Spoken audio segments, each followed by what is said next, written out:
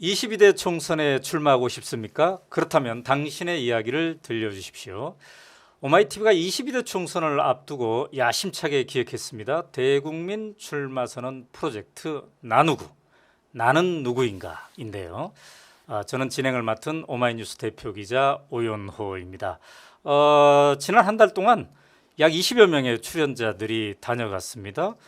그들의 도전, 패기를 보면서 대한민국의 새로운 정치 지형도가 앞으로 만들어지는 게 아닌가 희망을 품어보게 되는데요. 오늘은 더불어민주당의 윤재관님을 모셨습니다.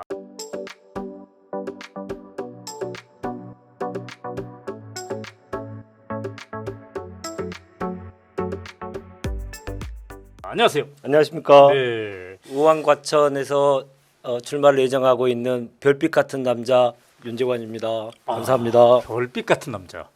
의왕 제천의 현역 의원은 누구입니까? 이소영 의원입니다. 이소영 민주당 의원이 네. 현역이군요. 네. 네.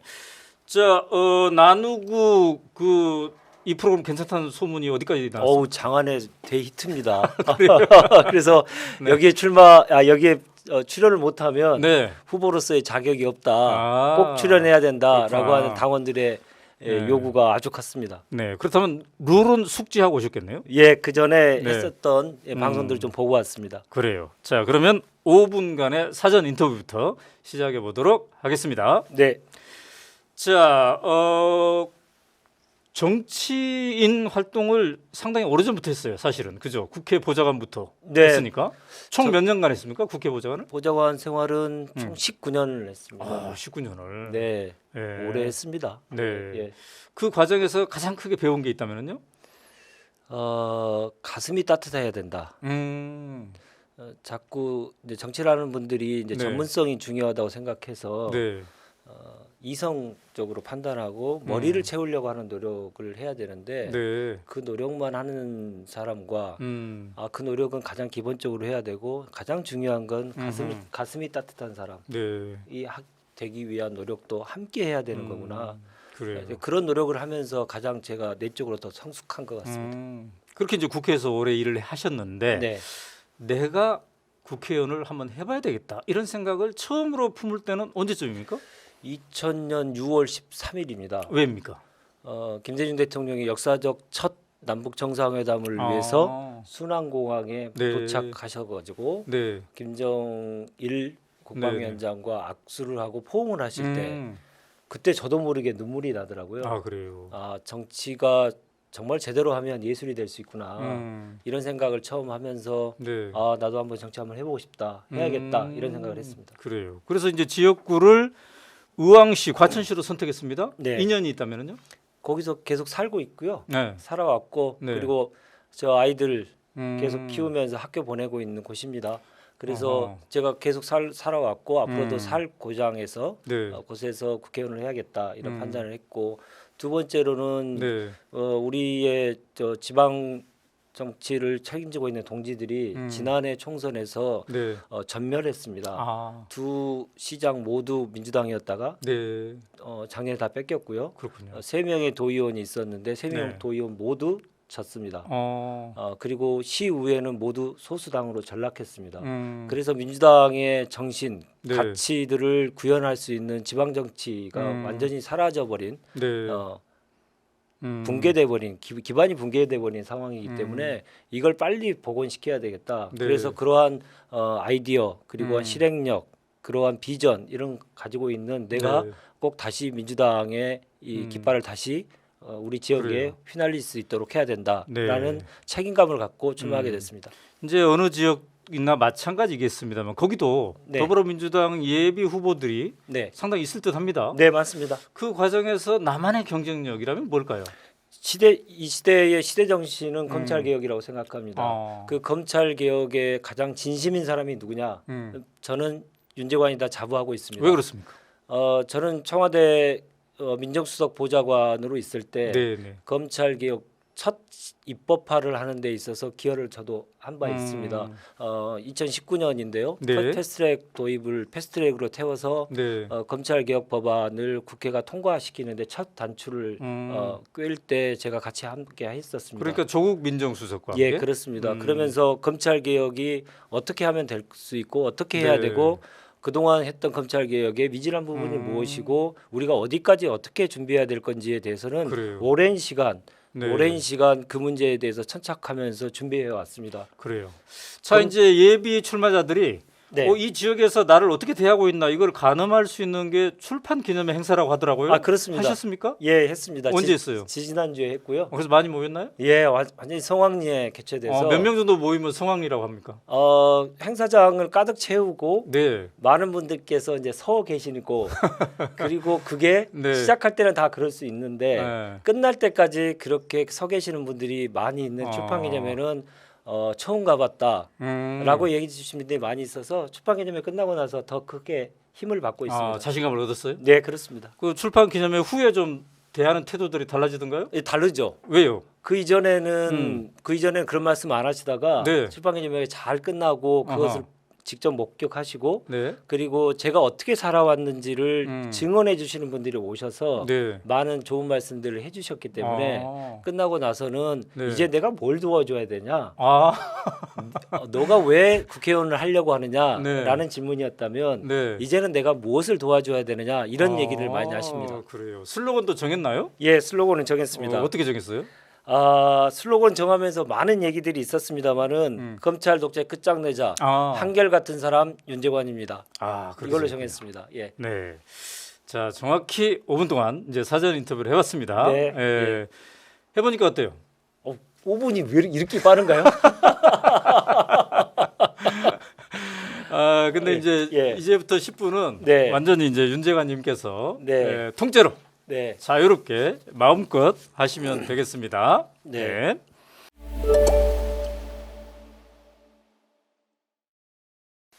사진을 보시면 지금의 제 모습과는 많이 다를 겁니다. 머리가 파말기가 있죠. 예, 제가 2016년도 20대 국회 총선을 앞두고 더불어민주당 상근 부대변인 시절에 브리핑하던 모습입니다. 오른쪽에 있는 사진은 제가 1998년 국회에 첫 발을 디딜 때 입법보조원으로 처음 시작을 했습니다. 그때 신분증을 아직도 보관하고 있고요. 2000년도에 제가 국회 인턴을 했었는데요. 그때 사진이 있습니다.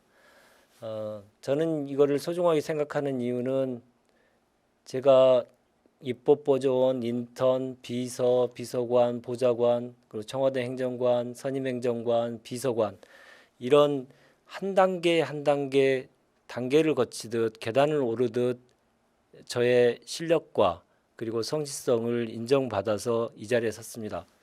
저는 국회 정치권에 입문한 거는 21세기가 아니고 20세기였고요. 예, 한결같은 마음으로 지금까지 계속 이 민주당의 정신과 가치를 실현하고 바른 정치를 하기 위해서 매우 노력하면서 지금까지 와 있습니다. 25년간 민주당의 한 길을 걸어왔습니다. 갑자기 하늘에서 뚝 떨어져서 영입된 사람이 아니라는 것입니다.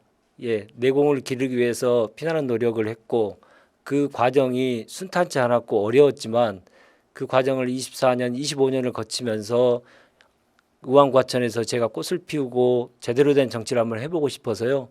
그 오랜 시간을 버텨왔습니다. 상근 부대변인 하는 게 의아하실 겁니다. 국회 보좌관이 상근 부대변인으로 가는 경우는 많지 않습니다만은 제가 당시에 소속돼 있던 의원실 그 의원님이 국민의당 안철수가 이끄는 국민의당으로 탈당하실 때 저는 탈당 동행을 거부했습니다. 딱 2명이 그렇게 했는데요. 그때 민주당을 지키고 있었을 때 당의 부름을 받아서 상근 부대변인 역할을 했습니다. 그래서 제가 상근 부대변인 했던 그 사진에 대한 애착이 큽니다. 다음으로 가겠습니다.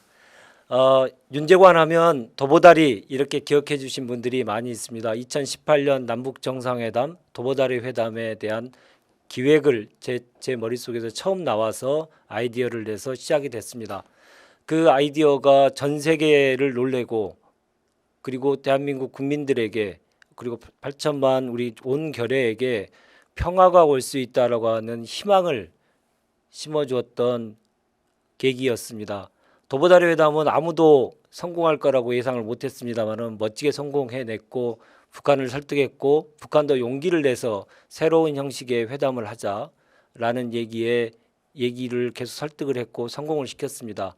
전 세계 외교사에서 대한민국이 가장 많은 전 세계 외교의 중심이 됐던 그 시기에 제가 함께 했었다는 것이 매우 뜻깊게 생각하고 영광으로 생각하고 있습니다. 아래 사진은 2018년 9월 평양 방문 때 평양 정상회담 이후에 있었던 백수단 천지에서 찍은 사진입니다. 제가 오늘 입고 나온 이 복장도 그날 입었던 복장 그대로 입고 나왔습니다. 그날을 기억하고 싶은 이유는 우리 모든 국민이 백수단을 북측을 통해서 올라갈 수 있는 그날을 반드시 만들어 보고 싶은 저의 꿈을 여러분들께 꼭 말씀드리고 싶어서 저 사진과 오늘의 복장을 선택했습니다. 다음으로는 제가 청와대에 있을 때 두 번째 보직이 조국 민정수석의 보좌관을 했었습니다. 그때 조국 수석님하고 찍었던 사진입니다. 청와대 상춘제 앞에서의 사진인데요.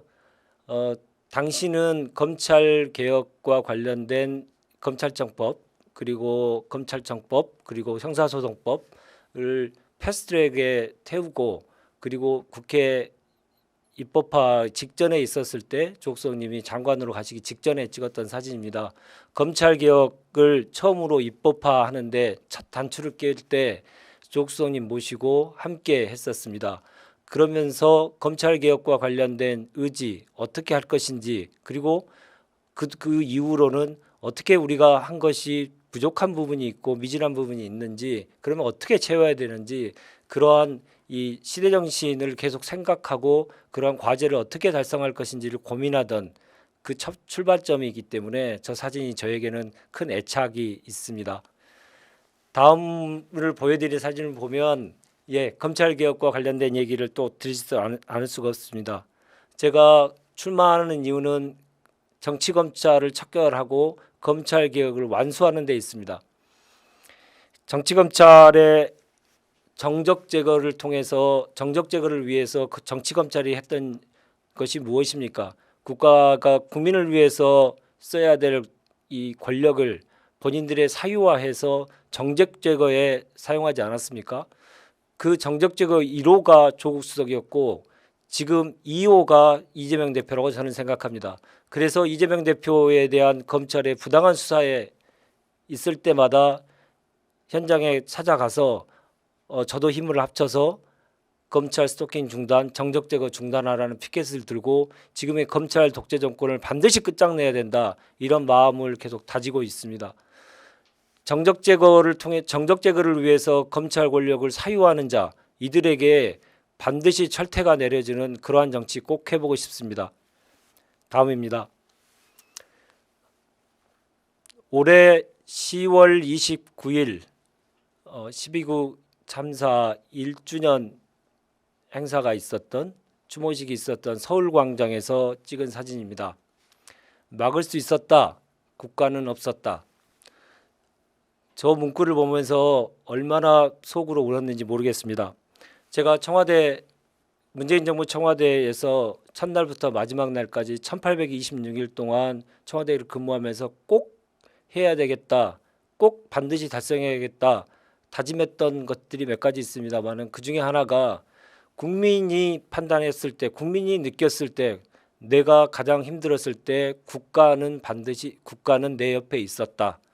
이 마음을 갖게 하는 것, 그게 바로 나라다운 나라의 첫 출발이다. 저는 그렇게 생각했습니다. 그래서 그것을 달성하기 위해서 많은 노력을 했습니다. 그리고 그것을 국민들이 느껴주셨죠. 그런데 정권이 끝나고 나서 1년이 채 되기도 전에 6개월 만에 이태원 참사가 발생했고 그때 국가는 없었고 막지도 못했고 많은 희생이 따랐습니다. 제가 출마를 사실 머뭇머뭇했습니다. 출마를 할 것이냐 말 것이냐 최종 결심을 못 하고 있는 상황에서 작년에 이태원 참사를 보면서 결심했습니다. 반드시 출마해야겠다. 그리고 반드시 이 나라를 엎어야겠다라는 생각을 했습니다. 우리가 국가가 없다라고 판단하는 순간 모두 각자 도생의 시절이 가는 순간 대한민국의 공동체는 무너질 것이고 무너지면 정치는 아무 의미가 없을 것이고 의미가 없는 정치가 있으면 독재 그리고 기득권만 판치는 그러한 세상이 되지 않겠습니까? 그래서 국민에게 국가를 다시 돌려드리는 일 이것은 정치 이전에 하나의 공동체 대한민국을 계속 세우는 가장 중요한 가치라고 생각합니다. 그 일을 반드시 다시 해야겠다라고 마음을 먹었습니다. 그래서 마지막 제가 사진 5장 중에 마지막 사진을 무엇을 할 것인가 되게 고민을 많이 했었는데요. 다시 원칙으로 돌아가고 기본으로 돌아가야 된다고 생각에 이 사진을 골랐습니다.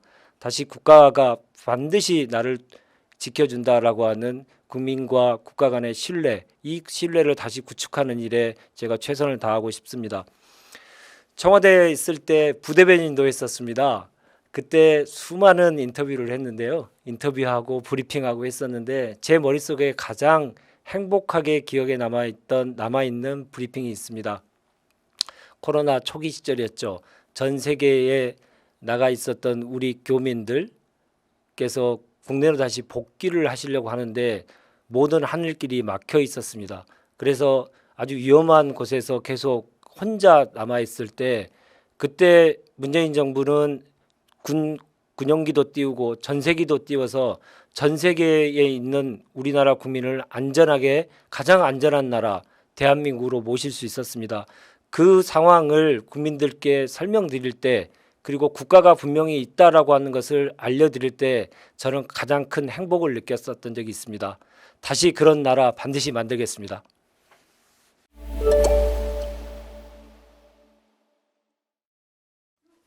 어우 잘하셨습니다. 아유 감사합니다.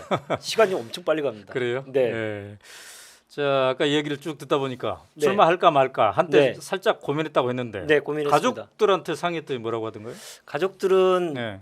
안 했으면 한다는 걸 명시적으로 말을 못 하고 뉘앙스로 계속 그렇게 전달을 했죠. 예. 그래서 어떻게 설득했어요? 적극적인 설득과 적극적인 동의를 받아내는 건 사실 쉽지 않다고 저는 생각을 했습니다. 왜냐하면 시대가 그렇지 않습니까? 정치하다가 잘못되면 혼자만 잘못되는 게 아니고 지금은 가족까지 모두 도륙을 당하는 네. 그럴 수 있다라는 이 느낌과 예상이 들 수 있지 않습니까? 그런 차원에서 가족들이 흔쾌히 그리고 적극적으로 동의하기는 어렵고 지금까지 계속 저를 좀 잘 지켜봐주고 하는 것만으로도 너무 고맙습니다. 동의 받았다고 생각하고 있네요 지금. 그렇죠. 예. 그렇습니다. 자 아까 보니까 2018년 남북 정상회담에 아주 네. 중요한 이벤트였는데 네. 도보다리 기획을 직접 하신 분이구나. 네, 그렇습니다. 예. 저 처음 알았어요. 저희들이 절도가 있기 때문에 네. 그것을 하고 본인이 막 세일즈하고 하는 것은 청와대에서 근무하는 사람으로서 하지 말아야 될 금기시 되는 중에 하나입니다. 두 정상께서 최종적으로 만들어 주셨기 때문에 그 아이디어를 내고 그걸 준비했던 것은 그 나중에 알려줘도 되기 때문에 당시에는 그런 것을 알려지는데 많은 인내를 했습니다. 근데 어떻게 그런 기획을 했어요? 처음에? 쫄지만 않으면 됩니다. 일단 큰 이벤트를 준비하면서 제일 먼저 가져야 될 마음은 쫄지 않는 겁니다. 쫄면 상상력이 줄어들고 그리고 자기에 대한 검열이 계속 이루어지면서 할 수 있는 가능성을 줄여버리거든요.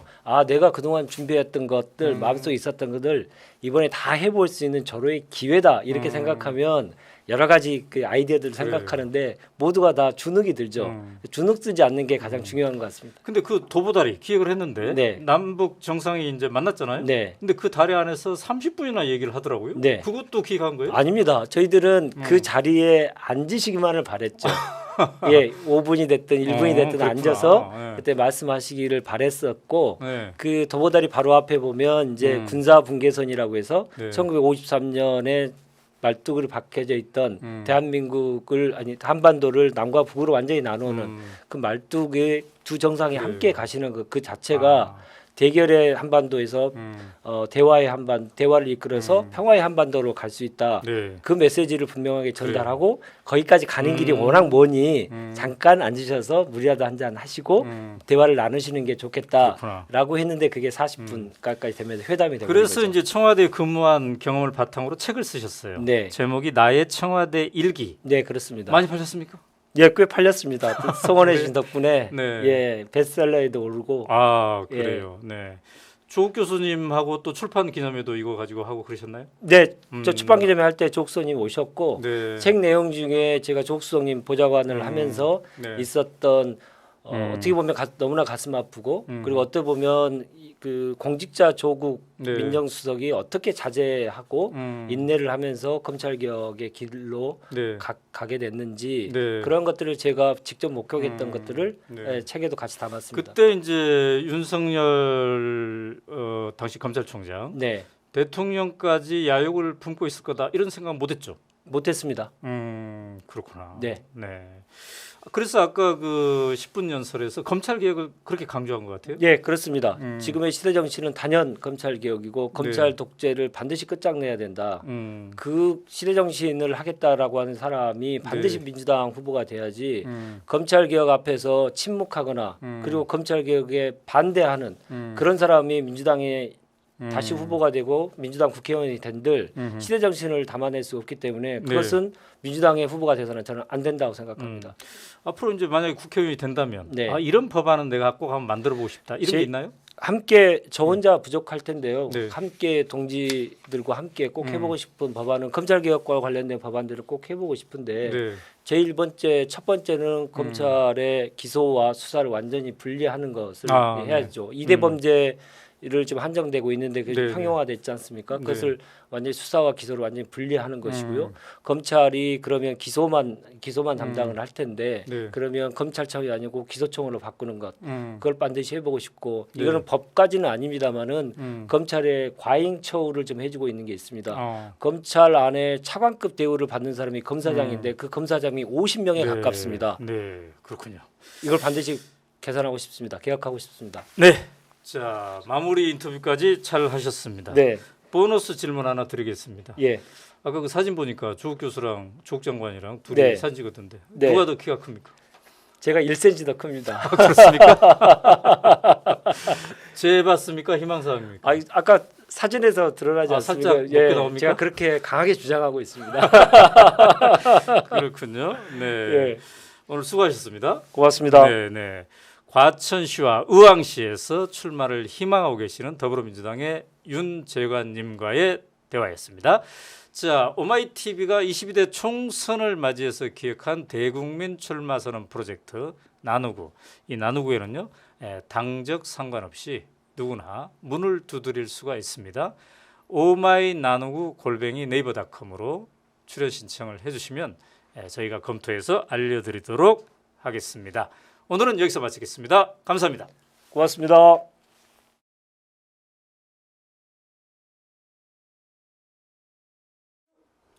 (22대) 총선에서 뛰고 싶습니까? 그렇다면 당신의 이야기를 들려주십시오.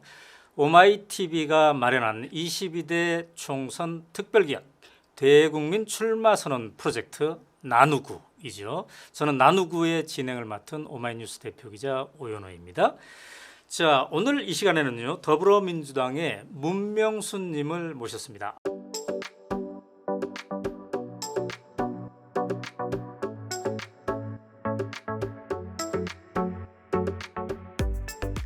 안녕하세요. 네, 안녕하세요. 더불어민주당 고양갑 지역위원장 문명순입니다. 네, 고양갑. 현역은 정의당의 심상정 의원이죠? 그렇습니다. 네, 그렇군요. 자, 나누구. 오마이TV가 이제 마련한 건데 이 룰을 좀 지켜봤나요 그동안? 다른 프로그램 보면서? 네, 제가 관심 있게 지켜봤습니다. 아, 그래요. 어떻습니까? 이 컨셉이? 굉장히 정치계에 신선한 네, 그런 바람을 불러일으켰다 이렇게 봐집니다. 네, 그래요. 자, 그러면은 이제 첫 번째가 5분간의 사전 인터뷰입니다. 시작을 해보도록 하겠습니다. 5분입니다. 자, 지금 이제 고양갑 지역인데요. 네. 고양갑하고는 어떤 인연이 있습니까? 네, 제가 국민은행에 37년간 네. 재직을 했는데요.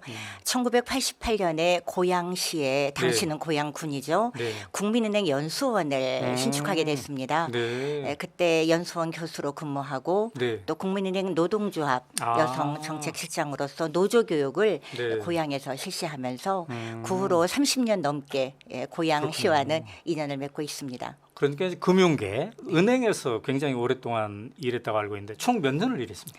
예, 은행에서 국민은행에서 37년 재직했고요. 네. 예, 그 후로도 금융기관 임원이라든가 금융연구소에서 한 40년 아, 이렇게 금융계에 예, 그렇게 있었습니다. 아, 주로 금융 쪽에 은행에서는 어떤 역할을 주로 했습니까? 예, 주로 은행에서는 금융 현장에서 이제 소비자 보호 네. 또 대출 음. 이렇게 특히 IMF라든가 고비고비 때마다 네. 현장에서 그 금융의 현장을 속속들이 어허. 제가 지켜봤습니다. 그래요.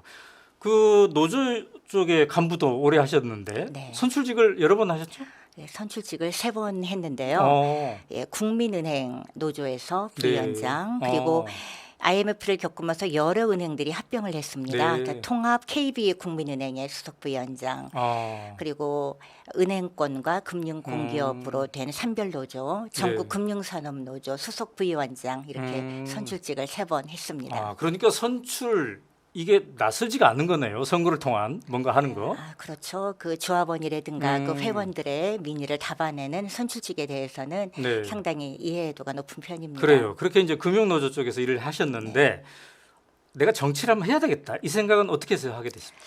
그 88년도에 한창 그 민주화 바람 네. 또 화이트 칼라 넥타이 부대가 역할을 했을 때인데 노무현 대통령님 당시는 변호사이셨고요.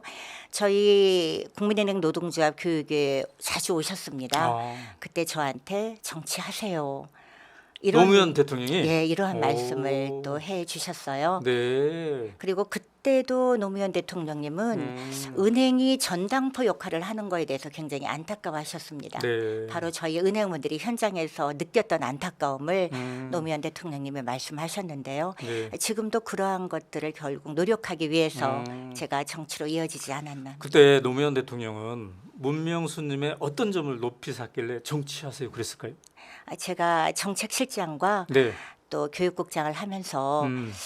그 당시 노무현 강사님이시죠. 네. 여러 차례 얘기를 나누면서 아마 좀 통하는 면이 있지 않았나 이런 네. 생각을 해봅니다. 그래요. 지금 이제 민주당의 지역위원장이십니다. 네. 고향 갑에 민주당의 입장에서 지역위원장이니까 고향 갑은 어떤 의미가 있습니까?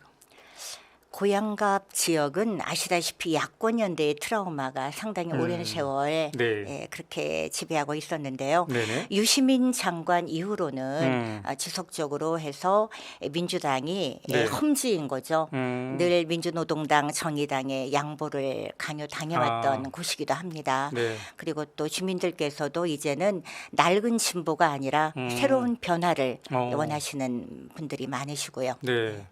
지난 총선에서도 이제 뛰어봤기 때문에 지난 4년간의 분위기 이거 잘 알고 있을 텐데 최근에 그 지역의 분위기는 어떻습니까? 민주당 입장에서?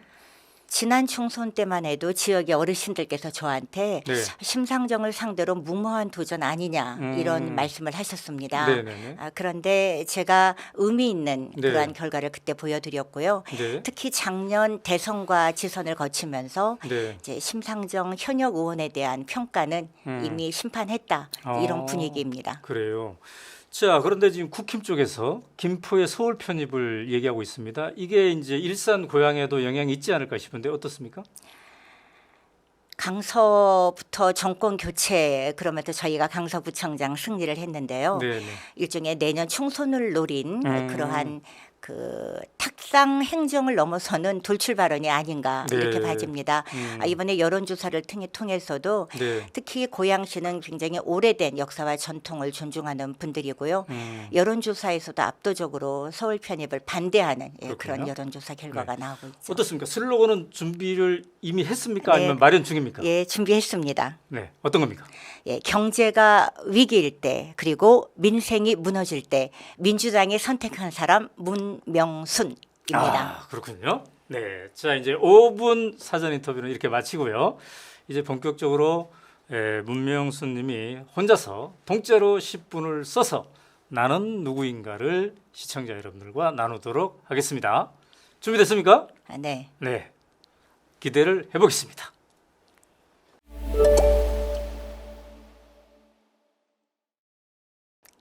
문명순입니다. 더불어민주당 고양갑 지역위원장입니다. 저는 정책이 준비되어 있는 금융경제 전문가입니다. 고양갑에서는 저와 지역 주민들께서 지난 대선과 지선에서 현역 심상정 의원을 이미 심판했습니다. 대선에서 심상정 후보를 3.3%로 묶었습니다. 지선에서 정의당 기초위원 영석으로 만들면서 매서운 심판을 이미 하셨습니다. 저는 11월 19일 국회에서 출마 선언을 했습니다. 민주당이 선택한 사람 문명순이 이재명 대표와 함께 고양갑에서 승리하고 수도권 압승의 교두보가 되겠습니다. 그리고 금융공공성 회복과 금융개혁 실현하겠습니다. 네, PPT 보시겠습니다. 일제강점기 때 광주 학생운동에 참여하고 옥고를 치린 제 외삼촌 홍원표 외삼촌 사진이 나오고 있고요. 외조부께서도 보통학교를 설립하고 한글 교육을 하다가 고초를 겪으셨기 때문에 어렸을 때부터 일제강점기의 그 집안 분위기를 들으면서 자랐습니다. 마포여중을 수석 졸업하고 서울여상 수석 졸업했고요. 국민은행에 입사한 후에도 은행 그 직원 실력고시 수석, 반월구멍이었던 금융기관 책임자고시 합격, 전국금융산업노조 수석부위원장을 역임하며 제 별명이 수석 명순이 됐습니다. 예, 그리고 오른쪽 끝에 보시면은 금융실무 고등학교 교과서가 보이는데요. 고등학교 금융교과서를 집필했습니다. 우리나라가 금융 문맹률이 67%에 달합니다. OECD 주요국들이 중등교육 때부터 금융경제를 필수 과목으로 하고 있는데요. 문맹은 생활을 불편하게 하지만 금융 문맹은 생존을 불가능하게 합니다.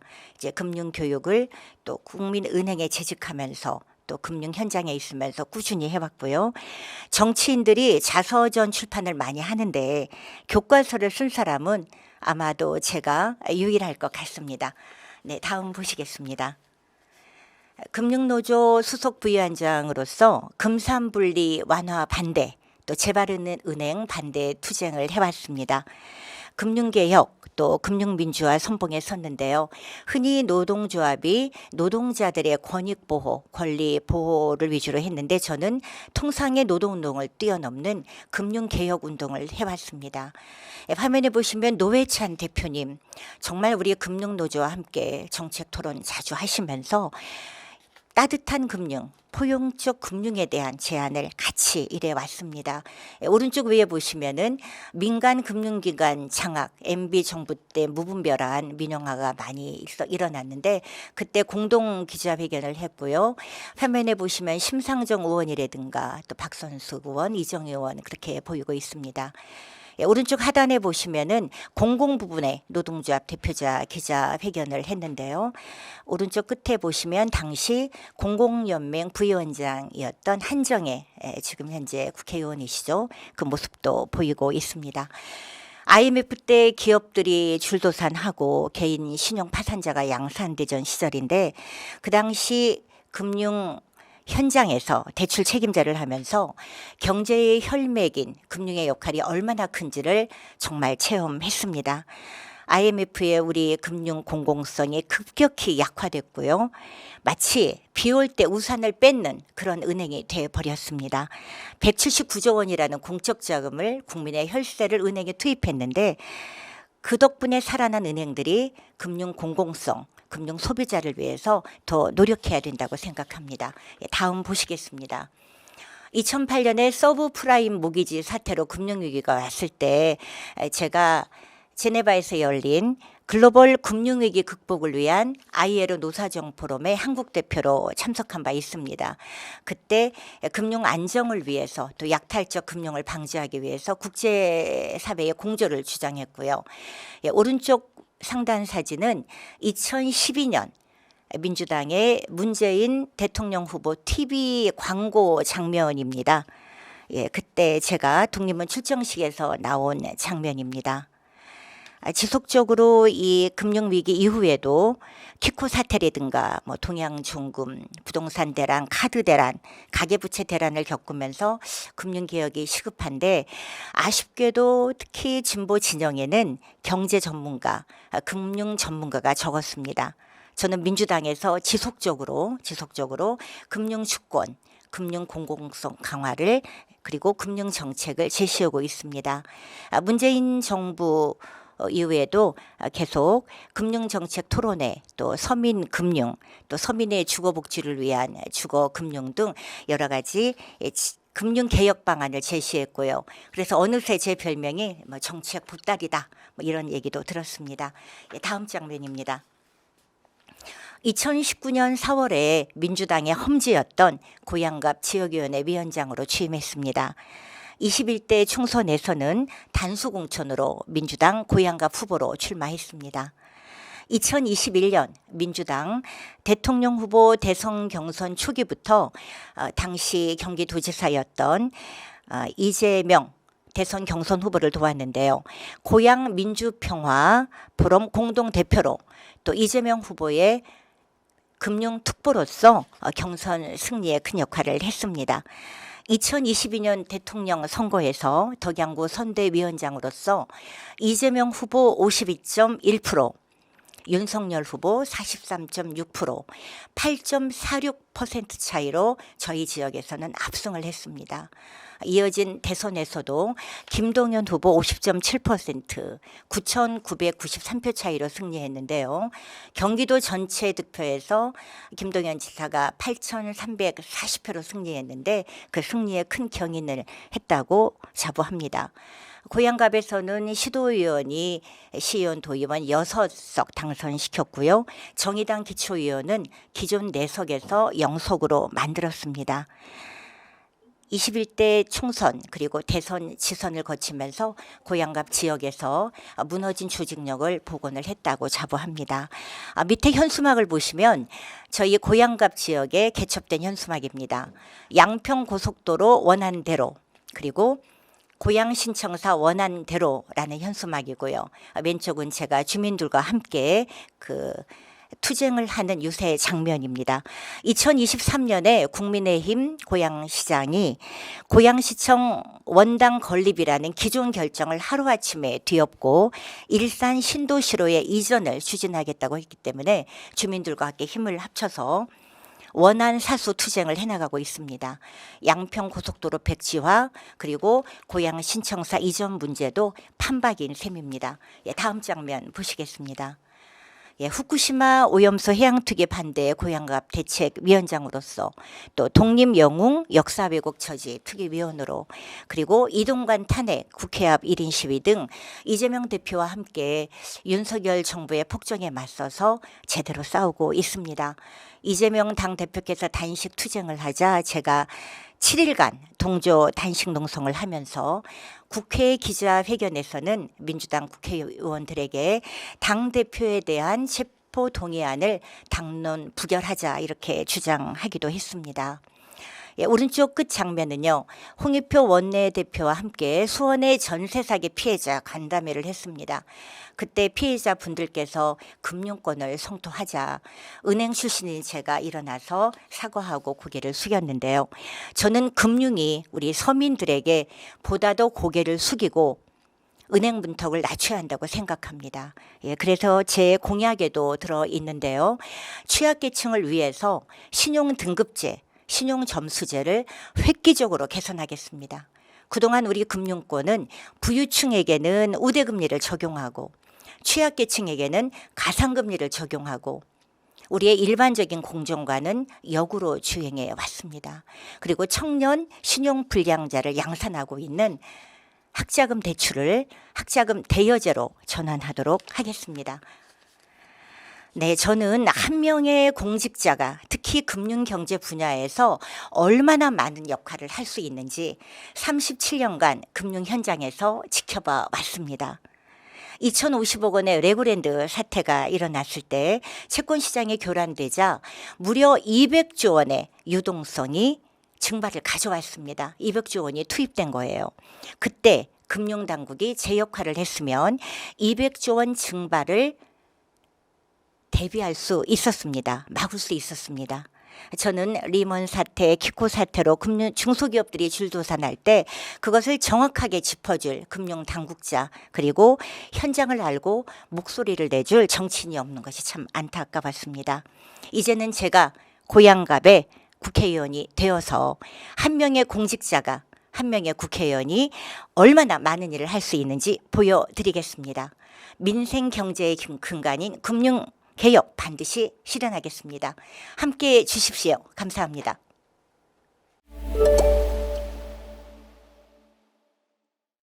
아유, 10분 동안 고생하셨습니다. 감사합니다. 자, 아까 그 이재명 대표가 단식할 때 7일 동안 함께했다고 그랬는데 단식을 말이죠. 네. 이재명 대표의 개인적인 인연은 어떻게 됩니까?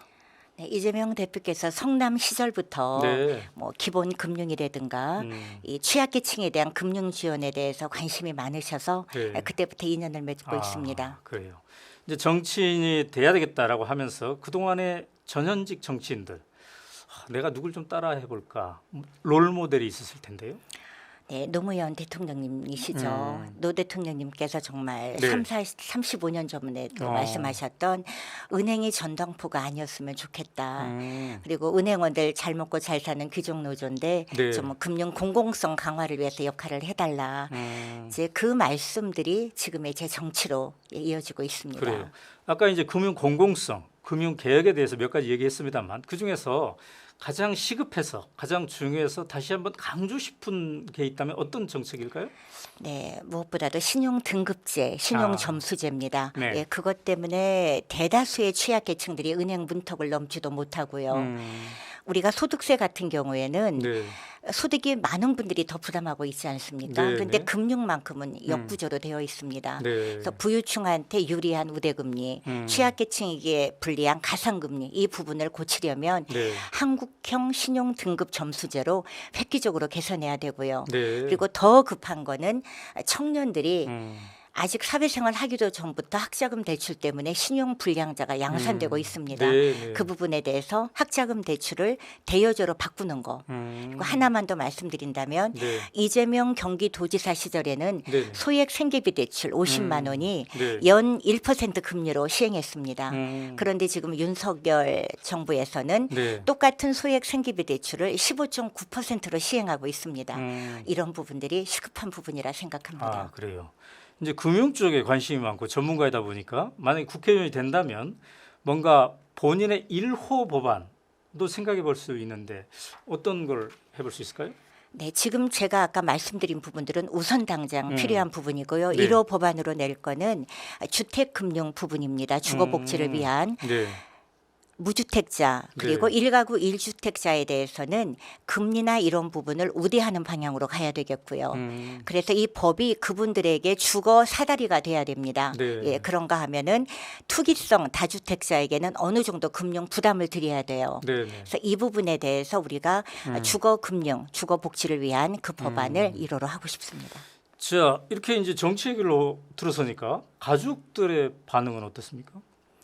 네, 가족들도 워낙 노동조합 활동도 했었고 네. 또 제 남편도 어. 같은 국민은행 출신이기 때문에 그래요? 예, 금융의 역할에 대해서는 이해도가 높습니다. 아. 예, 그래서 어떠한 그런 구체적인 정책을 제안하고 할 때도 예, 많은 조언을 받고 있습니다. 아까 이제 그 고향 갑에 지난 대선 때 성적을 강조하셨어요. 네. 그걸 강조하신 이유는 지금 당협 지역 위원장이니까 뭔가 경선에서도 지역 위원장이 유리할 것이다 이런 걸 의미합니까? 어떻습니까? 물론 뭐 그런 부분도 있다고 볼 수 있습니다만 네. 늘 주어진 역할에서 최선을 다해야 되고요. 네.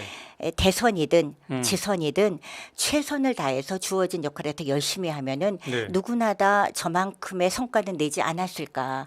그 부분을 지난 대선 패배 후에 네. 제가 여러 지역에 가서 우수 사례로 예, 강의를 하면서도 강조했던 부분입니다. 네. 근데 이제 거기에는 심상정 의원이라고 정의당에 굉장히 널리 알려진 현역이 있지 않습니까? 만만치 않겠어요? 심상정 의원이 네. 그동안 수차례 대선 도전에서 저희 지역에서는 늘 10%를 넘는 득표율을 보여줬습니다. 네. 그런데 지난 대선에서 네. 3.3%로 묶었거든요. 음. 저는 우리 주민들께서의 마음이 네. 대선이나 지선이나 총선이나 별반 다르지 않을 거라고 생각합니다. 네. 무엇보다도 정의당 기초의원이 4석이나 있던 곳을 네. 0석으로 주민들께서 심판해 음. 주셨기 때문에 비록 심 의원이 물론 다선 중진이고 역량 있는 분입니다만 이미 주민들께서 평가를 내렸다. 저는 그렇게 생각합니다. 자, 오늘의 내가 있기까지 나를 지탱해온 힘, 그건 무엇입니까? 네, 제가 서울여상을 졸업한 후에 은행에 들어가서 흔히들 말하는 한 명의 공직자가 얼마나 큰 역할을 할 수 있는지를 어린 시절부터 은행 현장에서 느꼈습니다.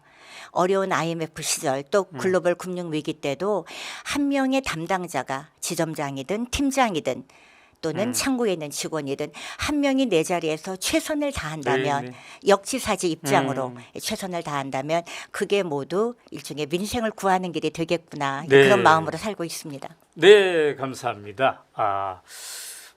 자, 시간이 좀 더 있었으면 하나 싶죠? 네. 네, 자, 오마이 TV가 총선 특별 기획으로 만든 프로그램 나누고 나는 누구인가? 오늘 이 시간에는 더불어민주당의 고양갑 지역에서 출마 예정자인 문명순 님과 이야기를 나누어 보았습니다. 다음 출연자들이 뭘 좀 준비하면 훨씬 더 잘할 수 있겠습니까? 해보시니까. 네, 아무래도 이제 시간이 좀 부족하다 보니까요. 시간이. 예, 네. 본인이 하고 싶은 말보다 네. 조금 더 좀 축약해서 내용을 해야 되지 않을까 싶네요. 그래도 오늘 아주 잘하셨습니다. 네네. 자, 나누구에 출연하고 싶은 분들은요, 누구나 신청이 가능하겠습니다. 오마이 나누구 @ 네이버닷컴으로 출연 신청을 해주시면 감사하겠습니다. 오늘은 여기서 마치도록 하겠습니다. 감사합니다. 감사합니다.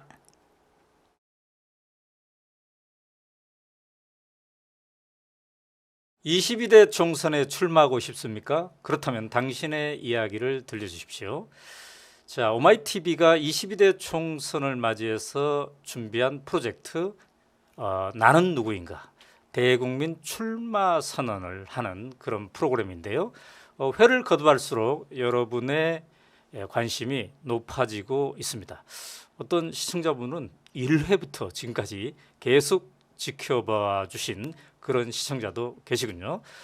저희는 당적에 상관없이 또 지역구에 상관없이 누구나 나는 누구인가를 설명할 수 있는 그런 프로그램입니다. 많은 출마 예정자들이 지금 지원을 하고 있는데요. 오늘 이 시간에는 더불어민주당의 성장현 님을 모셨습니다.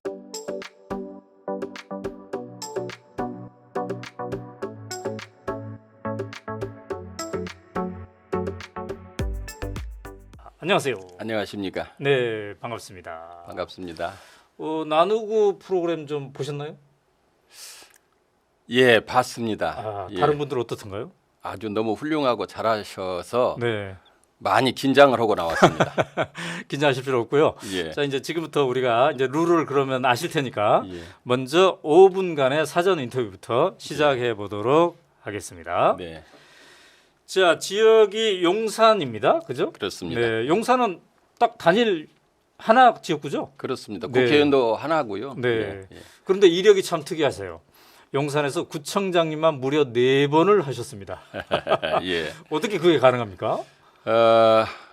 우리 용산 구민들의 과분한 사랑을 많이 받았습니다. 네. 그래서 일을 많이 하라고 그래요. 자꾸 이렇게 또 성원해 주시고 뽑아 주셔서 네. 제가 4번씩이나 구청장을 했습니다. 네, 이따가 이제 그 비밀을 좀 말씀하실 것 같은데 첫 번째로 용산하고 인연을 맺은 건 뭐 때문이었어요?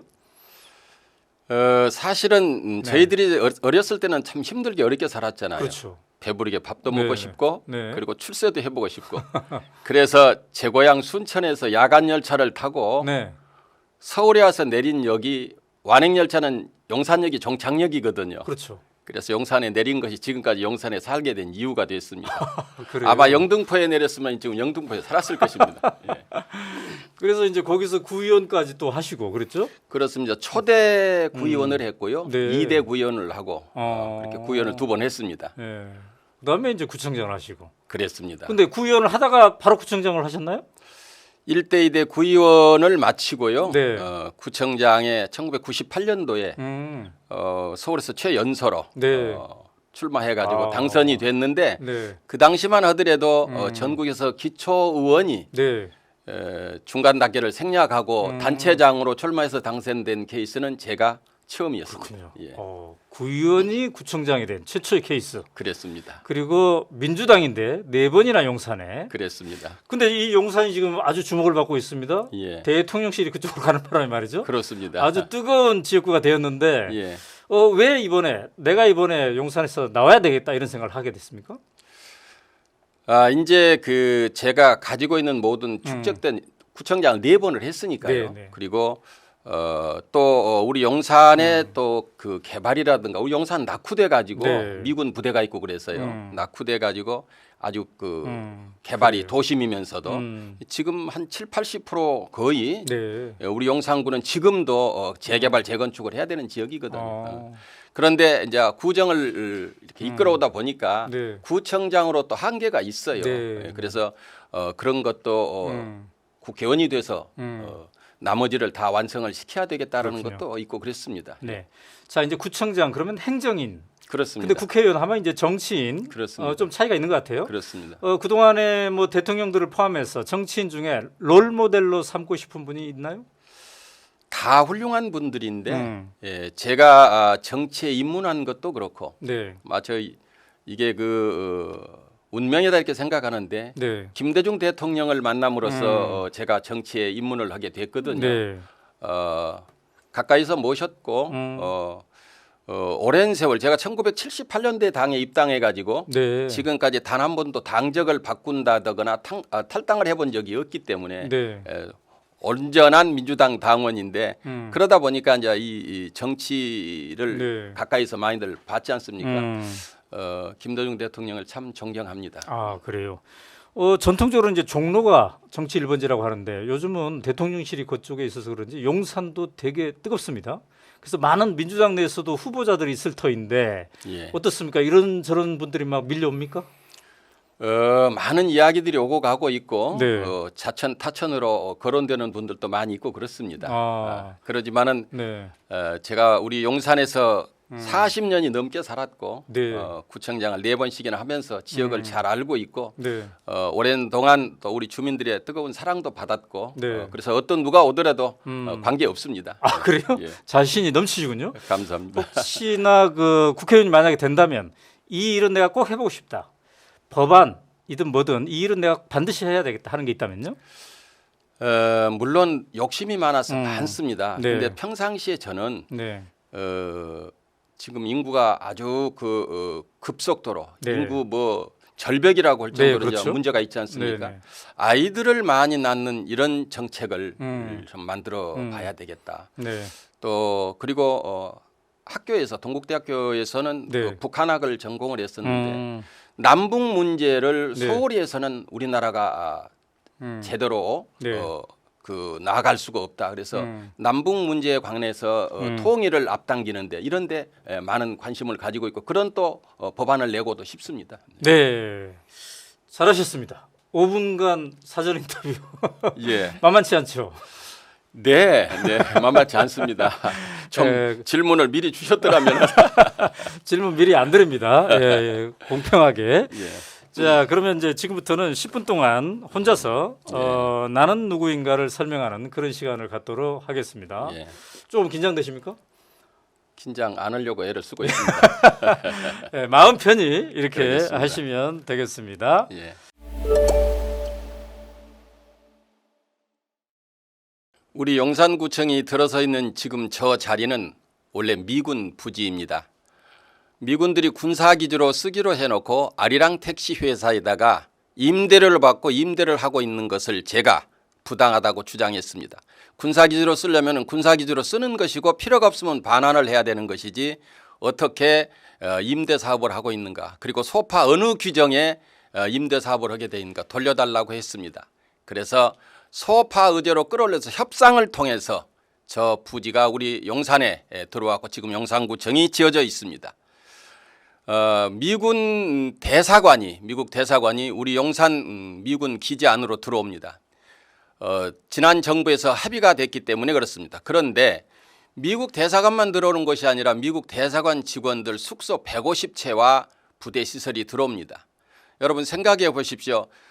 부대 안에 미군 그 대사관 직원들이 숙소를 지어놓고 산다면 국민 정서상 그게 맞는 일이겠습니까? 용산구청장으로서 절대로 그렇게 해서는 안 된다고 주장을 했습니다. 그리고 미국 측과 협의를 통해서 용산 한강로동에다가 아파트 150채를 지어서 그쪽으로 들어가기로 하고 지금 현재 공사가 진행되고 있습니다. 제가 이 미군 문제를 가지고 협의를 하고 이렇게 일을 하다 보니까 우리나라 소파가 아주 불평등하게 조약이 맺어져 있다는 것을 알고 소파를 연구해서 소파로, 그러니까 한미주둔군 지협정으로 제가 우리 대한민국에서 최초로 행정학 박사학위를 가지고 있습니다. 베트남 퀴논과 우리 용산은 자매도시입니다. 월남전 당시 베트남에 우리 맹호부대 사령부가 퀴논에가 있었는데 그 맹호부대는 용산에서 창설이 됐습니다. 어두운 과거, 서로 죽고 죽여야 했던 아픈 역사를 지우기 위해서 용산구가 나섰습니다. 올해 28년째 자매도시인데요. 그래서 퀴논에다가 백내장 센터, 치과 센터도 만들어 드리고, 그리고 한 해 집을 2채씩을 짓습니다. 그래서 한 채는 퀴논에서 가장 어렵게 사는 사람, 그리고 또 한 채는 나이 따위한 후손 중에서 어렵게 사는 사람, 그래서 매년 2채씩을 지어서 집을 드리고 있습니다. 지한파를 많이 만들기 위해서 베트남의 우수한 학생들을 데려다가 우리 용산구가 대학을 보내고 있는데 벌써 7명이 졸업을 하고 4명이 재학 중에 있습니다. 지방정부는 외교권이 없습니다. 그런데 지방자치정부가 틈새 외교를 통해서 충분히 중앙정부를 뒷받침할 수 있다, 이런 이야기를 드리고 싶습니다. 저는 살아오면서 가장 무섭고 두려운 것이 역사입니다. 용산구청장 성장에는 용산 역사에 어떻게 평가가 되고 기록이 될 것인가, 저는 늘 그것을 두렵게 생각하면서 구정을 수행했습니다. 그래서 임기 동안에 행했던 모든 그 구정을 백서로 다 남겼습니다. 코로나로 많은 고생이 있었는데 코로나19가 있었을 때도 우리 코로나라고는 역병을 맞아서 어떻게 우리가 죽지 않고 버티고 살아남을 수 있는가를 그 서해 유성영 선생님이 징비록을 썼던 그런 심정으로 우리도 코로나 백서까지도 써서 남겼습니다. 우리 용산은 100년이 넘는 그런 역사를 가지고 있는 도시입니다. 그래서 한 발만 걸어가면 역사고 또 한 발만 걸어가면 유적입니다. 미군 기지 안에도 136점의 근현대사 유물이 널려 있습니다. 산재되어 있습니다. 가히 야외 박물관이라고 해도 과언이 아닙니다. 그리고 우리 용산에는 효창원이 있는데 효창공원에 백범 김구 선생을 비롯해서 안유근 의사의 허묘까지 이렇게 애국지사들이 잠들어 계십니다. 옆에는 의열사가 있는데 의열사는 이분들을 모시는 위패가 있는 곳입니다. 그런데 의열사가 30여 년 동안 문을 닫아서 참배를 하고 싶어도 참배를 할 수가 없었고 또 분향을 하고 싶어도 할 수가 없었습니다. 지붕이 썩고요. 그래서 우리 용산구 예산으로 제가 서울시 예산, 정부 예산을 끌여다가 예쁘게 성역화 작업을 잘 해 두었습니다. 아마 여러분들이 아실 겁니다만 이봉창 의사는 우리 용산에서 나고 자란 대한의 영웅입니다. 그래서 이봉창 의사가 태어났던 그 번지에 그 부근에다가 이봉창 의사 기념관도 만들었습니다. 뿐만 아니라 유관순 열사는 돌아가시고 나서 이태원 그 공동묘지에 18년 동안 묻혀 계셨습니다. 그런데 가락한 일제가 군사기지를 만든다고 묘지를 파헤치는 바람에 유관순 열사 묘는 실전이 됐습니다. 유관순 열사 묘지가 내려다 보이는 언덕백에다가 기념비도 추모비도 세우고 그리고 유관순 열사 그 도로도 앞에 있는 도로도 유관순로라고 명명을 했습니다. 아마 지방자치단체로 최초일 겁니다만은 저는 용산 역사박물관도 만들었습니다. 제가 구청장을 하면서 가장 잘한 업적이 뭐가 있느냐 한 가지만 대표적으로 얘기해봐라 그러면은 저는 이런 얘기를 하고 싶습니다. 제가 취임했을 때 2010년도에 우리 용산구 재산이 2조 4,500억 정도 됐었습니다. 그런데 제가 12년 동안 우리 재산을 배로 늘려서 퇴임을 할 때 4조 8,500억 정도를 만들어 놓고 나온 아마 전국에서 어쩌면 가장 재산을 많이 늘린 구청장이 제가 아닐까 그런 생각을 합니다.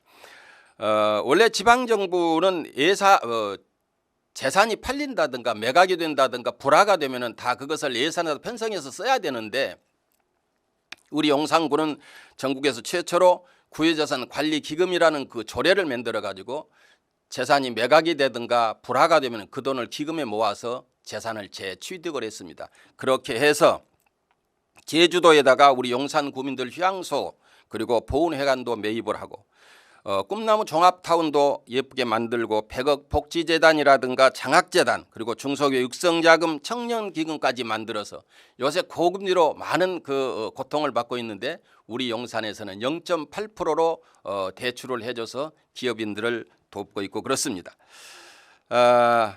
이재명 그 대표가 성남시장을 하면서 대장동이라든가 백현동 개발을 하면서 이익금을 많이 환수한 것이 문제가 돼 있기는 합니다만은 구청장들이나 단체장들은 자기에게 주어진 구민들에게 거둔 세금으로만 구정을 이끄는 것이 아니라 경영의 마인드를 도입해서 이렇게 재산도 불려나가야 된다. 그런 면에서 대단히 이재명 시장이 했던 그 행적에 대해서는 참 잘한 일이라고 그렇게 저는 얘기를 하고 싶습니다.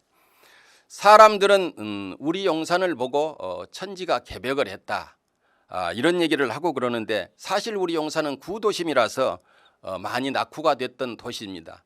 개발의 망치 소리가 지금도 끊이지 않고 있는데 여러분 아마 기억하시겠습니다마는 용산역 전면 4구역에서 자기들 재산을 지키려고 막루에 올랐다가 그 5사람이 경찰관 한 명과 함께 이렇게 불에 타서 돌아가신 참혹한 용산 참사가 있었습니다. 그리고 저런 용산역 앞에 집창촌을 비롯해서 지금 용산이 저렇게 변하는데 그 개발에도 저는 안전에 최선을 다했습니다. 뿐만 아니라 1년에 120만 명 이상이 오는 이태원 지구촌 축제, 10,000명 이상을 초대해서 어르신들을 모셨던 어르신들의 효도 잔치라든가 할로윈 데이 이런 것들을 통해서 단 한 사람도 다치거나 돌아가신 분이 없었습니다. 그래서 우리 용산은 전국에서 사회 안전 지수가 최 1등급이었던 그런 도시였었습니다. 그런데 제가 퇴임하고 불과 4개월 만에 159명이라고는 아까운 젊은 청춘들이 억울하게 돌아가셔서 하늘의 별이 됐습니다. 이 자리를 빌어서 명복을 빌고 또 유가족들에게도 심심한 위로의 말씀을 드립니다. 미군들이 오산평택으로 이전하고 미군 기지가 비어 있는 지가 몇 년이 됐습니다. 정부는 미국의 센트럴 파크나 하이든 파크를 능가하는 그런 공원을 만들어서 2027년까지 우리 국민들 품으로 돌려주겠다 했는데 지금도 여지부동입니다. 제가 반드시 국회의원이 돼서 공원도 약속대로 만들어야 되겠고 그러기 위해서는 청와대는 반드시 대통령 집무실은 반드시 청와대로 가야 되겠습니다. 축적된 그런 저의 역량을 가지고 이제는 용산을 넘어서 대한민국을 위해서 국민들을 위해서 국회의원에 도전을 합니다. 여러분 저에게 뜨거운 성원의 박수를 그리고 응원을 부탁드리겠습니다. 감사합니다.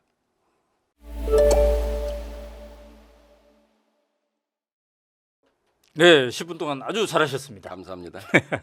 부끄럽습니다. 자, 네, 용산이 대통령실이 있기 때문에 뜨겁게 주목을 받고 있는데 이번 총선 관련 지역 민심은 어때요? 대통령 밀어주자 솔직히 있을 수 있잖아요. 근데 또 견제 이 심리도 있을 터인데 아직 정확하게 전부에게 물어봐야 되는데 잘 안 물어봤기 때문에 네, 그런데 네. 대통령실을 극렬하게 반대하는 사람이 많습니다. 그리고 또 대통령실이 있어도 된다라고 얘기하는 분들도 있습니다. 네.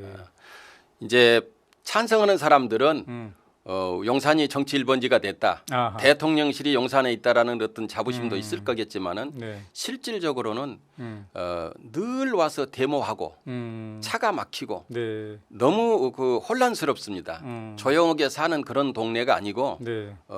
어떻게 보면 난장판이라고 하는데 예, 그렇기 때문에 그래요. 예, 의견이 그래서 이제 갈리고 아까 말씀하신 것도 대통령실은 청와대로 가라 이제. 예, 이거 이제 총선하면 공약으로도 내세울 예정입니까? 그러겠습니다. 예. 아 그래요. 제가 아까 듣다 보니까 독특하게 말이죠. 소파 한미 주둔군 지휘 협정을 가지고 박사학위를 받으셨어요. 그랬습니다. 야, 그러니까 용산구청에서 미군 기지 문제를 하도 많이 다루다 보니까 에라이 내가 본격적으로 파야 되겠다 이렇게 됐군요. 하다가 보니까 우리 소파가 네. 한미주둔군 지휘협정이 지금 미국이 전 세계 한 90개 나라하고 맺고 있습니다. 네. 그 맺고 있다는 얘기는 미군들이 파병이 됐다는 네, 얘기죠. 네, 네. 그런데 구체적으로는 짧은 시간이니까 다 말씀을 네. 못 드는데 상당히 우리나라 어. 그 소파가 불평등하게 네, 맺어져 네. 있습니다. 그래요. 그 이런 그 소파 관련한 박사 논문이 또 있던가요? 이후로 아마 나온 걸로는 알고 있는데 제가 보지는 않았습니다. 어쨌든 1호군요. 예, 그렇습니다. 대한민국에. 예. 아 그렇구나. 자 이태원 참사 아까 언급했어요. 그 참사 소식은 어디서 들었습니까? 밤에 사고가 나고 있다는 소식을 들었습니다. 네, 예. 참 그 아픔이 각별하셨겠어요. 그랬습니다. 전 구청장이었으니까. 그랬습니다. 예. 네. 어떻게 이렇게 구청장이 바뀌었는데 이런 일이 벌어질 수 있을까? 나였다면 어떻게 했을 것이다. 이런 생각을 또 해보셨겠습니다. 아 물론요. 그것은 음. 다 대비를 했었고 사고를 미연에 방지 위해서 모든 그 네. 대책 회의를 다 했었습니다. 음. 예, 다 하고 네. 철저히 준비하고 그래야 됩니다. 그런데 이제 그 이후에 예. 책임자들이 반응한 그것이 더 이제 국민들에게 분노를 자아냈는데 어떻게 보셨습니까? 우선의 공직자들은 네. 다 내 탓이다고 하는 것처럼 음. 좀 겸손했었으면 어땠을까. 아. 와우 아파트가 무너졌다든가 삼풍백화점이 무너지는데 음. 시장이 왜 책임을 집니까? 그런 네. 것을. 그런 것처럼 네. 적어도 누군가는 책임을 졌어야 됐었고 그리고 또 그것이 이 공직자들의 도리이기도 하고 네. 그렇습니다. 아까 이제 백서를 만드셨다고 그랬어요. 그랬습니다. 가장 첫 번째로 잘한 게 재산을 늘린 거라고 했는데 예. 두 번째나 세 번째로 잘한 것 중에 하나를 꼽는다면요? 청년 정책을 많이 했습니다. 네. 쉽게 말하자면 우리 용산에는 서울 25개구 중에서 가장 청년 주택을 아파트를 많이 지어놨습니다. 네. 그래서 이제 들어와서 이렇게 청년 주택을 많이 짓다 보니까 네. 아파트 삼각지에 있는 청년 주택에서만 1년 사이에 한 100명의 이상이 네. 아이들이 태어났습니다. 그러니까 청년들이 마음 놓고 아이도 낳고 네. 살아갈 수 있는 여건을 만들면 얼마든지 아이들도 낳을 수 있다라는 것을 느꼈고요. 네. 아까 저 말씀드렸습니다마는 중소기업 육성 자금을 주는데도 청년들이 이 기성 그 기업인들하고 경합을 하면 받아갈 수가 없습니다. 예, 그래서 청년들만 위한 그런 기금도 만들고. 예. 네. 자, 1분 남았습니다. 아까 예. 이제 김대중 대통령 예. 모델이라고 했는데 이재명 현 지도부와의 관계나 이런 건 어떻습니까? 아주 존경하고요. 네. 같이 그 단체장 출신인데다가 네. 너무 많은 그 어려움을 겪고 있는데 동병상련이죠. 네. 많이 응원하고 지지하고 함께 가고 있습니다. 그래요. 인생을 살다 보면 이제 힘들 때도 있지 않습니까? 그렇습니다. 그때는 무엇으로 어떻게 극복하십니까? 어차피 지나가게 돼 있습니다. 음. 어떻게 할 수 없다면은 네. 저는 그냥 깨끗하게 들어넣어서 자버립니다. 그러면은 또 네. 생각이 나고. 네. 근데 몇 날 며칠 고민해봤자 풀리지 않는 문제가 고민한다고 풀리져지는 것은 아니지 않습니까? 네, 네, 네. 예, 그러니까 아주 낙천적으로 낙관적으로 네. 생각하려고 애를 씁니다. 여러 후보가 함께 도전할 텐데 예. 그래도 나만의 경쟁력은 이것이다. 10초 동안 말씀하신다면 제가 도덕적으로나 뭘로 이렇게 지탄을 받을 일을 하지 않았었습니다. 그래서 우리 국민들이 믿고 4번을 뽑아주지 않았겠습니까? 예. 네, 아주 잘하셨습니다. 감사합니다. 네, 이렇게 나와서 직접 해보시니까 어떻습니까? 구청장 4번이나 하셨는데. 구청장하고 그러면은 이렇게 출연도 하고 그렇습니다. 네. 그런데 자기가 한 그 업적이라든가 어떤 이슈를 갖고만 하기 때문에 어렵지가 않는데 네. 이건 앞뒤로 질문도 뭘 할지도 모르겠고 어떻게 사전 할지도 질문지도 안 주고. 모르겠고. 예. 그런데 네. 참 좋습니다. 음. 그리고 출마하는 사람들에게 각오를 네. 새로 다질 수 있는 그런 기회도 되고 아, 네. 또 이렇게 그 뭔가를 다른 사람들을 통해서 비교해 볼 수도 있고 참 좋은 프로고 좋은 그 방송이다라는 생각을 네. 합니다. 네, 감사합니다. 자, 오늘 이 시간에는 용산구에서 출마를 희망하고 계시는 더불어민주당의 성장현님과 함께 이야기를 나눠봤습니다. 22대 총선을 맞이해서 오마이TV가 기획한 대국민 출마 선언 프로젝트 나누구. 나누구는 당적, 성별, 나이와 상관없이 누구에게나 열려 있습니다. 오마이 나누구 @ 네이버닷컴으로 신청하시면 되겠습니다. 오늘 프로그램 여기서 마치도록 하겠습니다. 감사합니다.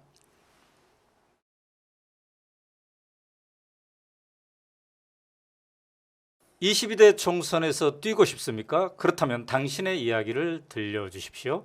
오마이TV가 22대 총선을 맞이해서 야심찬 특별 기획을 했습니다. 나누구, 나는 누구인가? 저는 진행을 맡은 오마이뉴스 대표기자 오연호입니다. 회를 거듭할수록 나누구가 주목을 받고 있습니다. 여기저기서 나도 출연하고 싶다. 그리고 그 프로그램 재밌다. 이렇게 얘기하시는 분들이 늘고 있습니다. 자, 오늘 이 시간에는 더불어민주당의 송재봉님을 모셨습니다.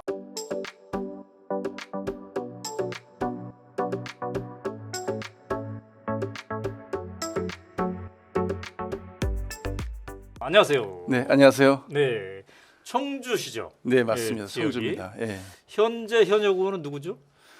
청주가 그 4개 선거구입니다. 어. 예. 그런데 저는 이제 네. 청원구이고 네. 거기엔 변재일 의원이 현재 네. 있습니다. 청주의 청원구. 그렇습니다. 자, 그러면 이제 이 나누구 저 오기 전에 좀 보셨나요? 다른 프로? 예, 봤습니다. 어떻던가요? 다들 잘하시더라고요. 조금 긴장하시는 것 같았고. 그래요, 예, 그래요. 예. 이게 이제 5분간 사전 인터뷰를 하고 네. 10분 동안 혼자 하시고 또 마무리 5분 사후 이제 인터뷰를 하고 이렇게 해보도록 하겠습니다. 10분이 긴장이 돼요. 자, 그러면 5분간의 사전 인터뷰를 지금부터 시작해 보도록 하겠습니다. 자, 이제 국회의원 선거를 도전하는 건 이번이 처음인가요? 예, 처음입니다. 전에 이제 청주시장에 도전을 해보셨고, 예, 그렇습니다. 청주시장 때 아깝게 졌어요. 정말 속상했습니다. 그 우리 지역이 네. 그 단체장이 역대 음, 100% 관료 출신만 됐어요. 그래요. 그 후보도 늘 그러니까 관료 출신들만 됐는데 네. 시민사회 운동을 하다가 네. 민주당이 후보가 된 게 제가 처음이었거든요. 네. 그래서 정말 많은 분들이 기대가 그렇습니다. 있었는데 네. 정말 뭐 네. 속상했습니다. 네. 시민사회 운동 출신인데 네. 시민사회 운동은 몇 년 정도 했습니까, 대략? 제가 보니까 25년을 했더라고요. 그러면 주로 어떤 분야를 하셨어요? 주로 그 참여연대인데 참여연대. 예, 충북 참여연대에서 음. 일을 했고요. 네. 그러다 보니까 당연히 지방 권력의 좀 문제를 좀 비판하고 네. 뭐 감시하는 역할이 주였고 또 정치 개혁과 관련된 활동도 꾸준히 했고 네. 또 분권과 균형 발전 뭐 아, 이게 참여연대는 좀 종합적 성격의 단체다 보니까 그렇군요. 뭐 두루두루 이렇게 좀 네. 관심을 가지고 활동을 네. 해왔었습니다. 그래서 그 참여연대에 계실 때 제가 강연을 갔던 기억도 있습니다. 그렇습니다. 예, 그때도 오셨고 네. 또 그 후에 제가 음. 그 충북 NGO 센터장으로 있을 네, 때도 네, 같이 네. 또 오셔서 이렇게 맞습니다. 많은 또 좋은 말씀해주시고 강의도 네. 들었던 기억이 납니다. 그런데 이제 그 후에 네. 문재인 정부 때는 또 청와대로 들어가셨어요? 예, 그렇습니다. 어떤 역할을 맡았습니까? 그 청와대에 가서는 음. 청와대의 3D 업종 중에 하나 시민사회 수석실에 있는 네. 그 사회조정 비서관실 음. 여기는 주로 복합 갈등 관리를 주로 담당하고 그래요. 그리고 현장 민원이 많은 네. 특히 뭐 이렇게 대형 노조라든가 음. 장기 파업 현장 이런 것을 관리하다 보니까 네. 상당히 좀 그 피로감이 좀 있는 곳이었고요. 시민사회에 있을 때랑 청와대에서 행정관으로 일할 때랑 네. 가장 큰 차이, 새롭게 얻은 게 있다면요? 그 관점에 좀 변화는 있는 것 같아요. 네. 그러니까 시민단체는 그것이 옳고 정의롭다라고 하면 네. 문제를 제기하고 그걸 관철하기 위해서 싸우잖아요. 네. 이제 그런 방식으로 일을 했다고 하면 네.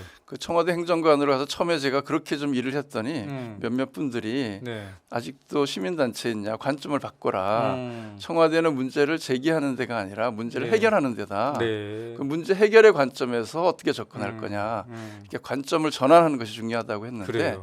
그건 아마 뭐 청와대만이 아니라 앞으로 정치를 하든 뭘 하든 좀 중요한 그런 과제가 아닐까. 문제 네. 해결 역량 네. 이것이 중요하다. 네, 네. 그런 좀 변화가 있었던 것 같습니다. 자, 우리 이제 이 프로는 전국에서 다 보잖아요. 네. 그래서 이제 청주 청원구 네. 도전하시니까 네. 그쪽 상황은 어떤가 관심이 있을 터인데 네.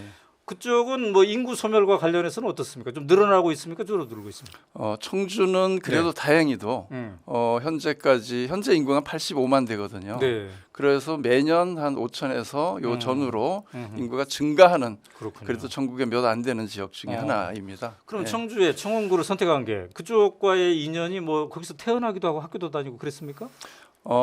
제가 이제 청주대학교를 나왔는데 아. 그 청주대학교가 청원구에 있습니다. 그래요? 그리고 제가 네. 청주에 가서 첫 발을 딛고 네. 생활했던 것도 청원구이고 아. 그래서 청원군 인연이 있고 네. 또 제가 예전에 청주청은 통합운동을 했어요. 음. 그래서 지방행정의 효율성을 높이는 차원에서 그 운동을 네. 했는데 네. 그나마 이제 청원의 통합은 됐죠. 네. 그 후에 청원의 정체성이 남아 있는 것이 청원구예요. 저는 청원구가 그래서 잘 돼야 네. 이 통합운동이 성공이다. 아. 그렇게 생각을 하고 이제 예, 정치인의 있습니다. 길을 모색하는데 네. 롤 모델로 삼고 있는 그런 정치인이 있다면요? 뭐 저는 그 노무현 대통령입니다. 예. 네. 어떤 점에서 그렇습니까?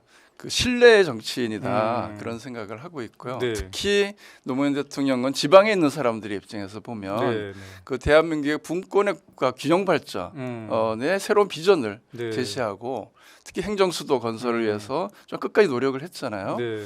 그 물론 이제 뭐 위헌 판결이 나는 바람에 음. 행정 중심 복합 도시로 되긴 했지만 네. 그 과정에서 그래도 약속을 끝까지 지키고 신뢰하고 또 대한민국이 결국은 전국이 골고루 잘 사는 그런 나라를 만들어야 된다라고 하는 비전을 주셨고 저는 그래요. 또 지역에서 분권 운동을 했기 때문에 음. 뭐 노무현 대통령의 그런 정신과 같이 네. 뭐 그것을 좀 이어가고 싶다 이런 생각을 하고 있습니다. 자, 마지막 20초. 네. 이게 나의 경쟁력이다. 저는 신뢰라고 생각합니다.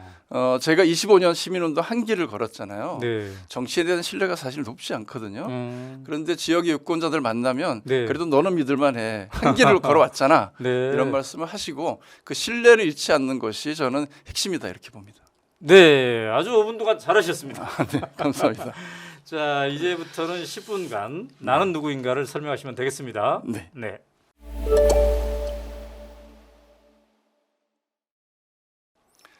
예, 안녕하십니까. 저는 송재봉입니다. 앞에 그 PPT에 있는 것처럼 똑똑똑 송재봉입니다.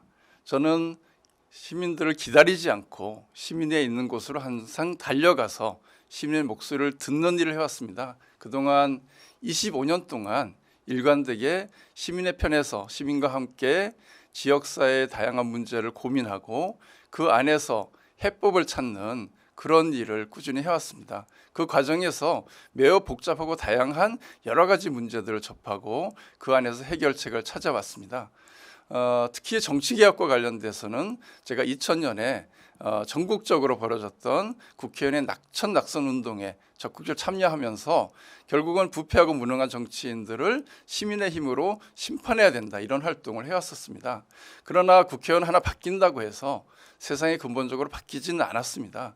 그래서 시민들이 적극적으로 정치에 또 지방 권력 구조에 참여할 수 있는 제도적 시스템을 고민하게 되었고요. 그러다 보니까 청주시가 전국 최초로 시민 참여 기본 조례를 제정하게 됐습니다.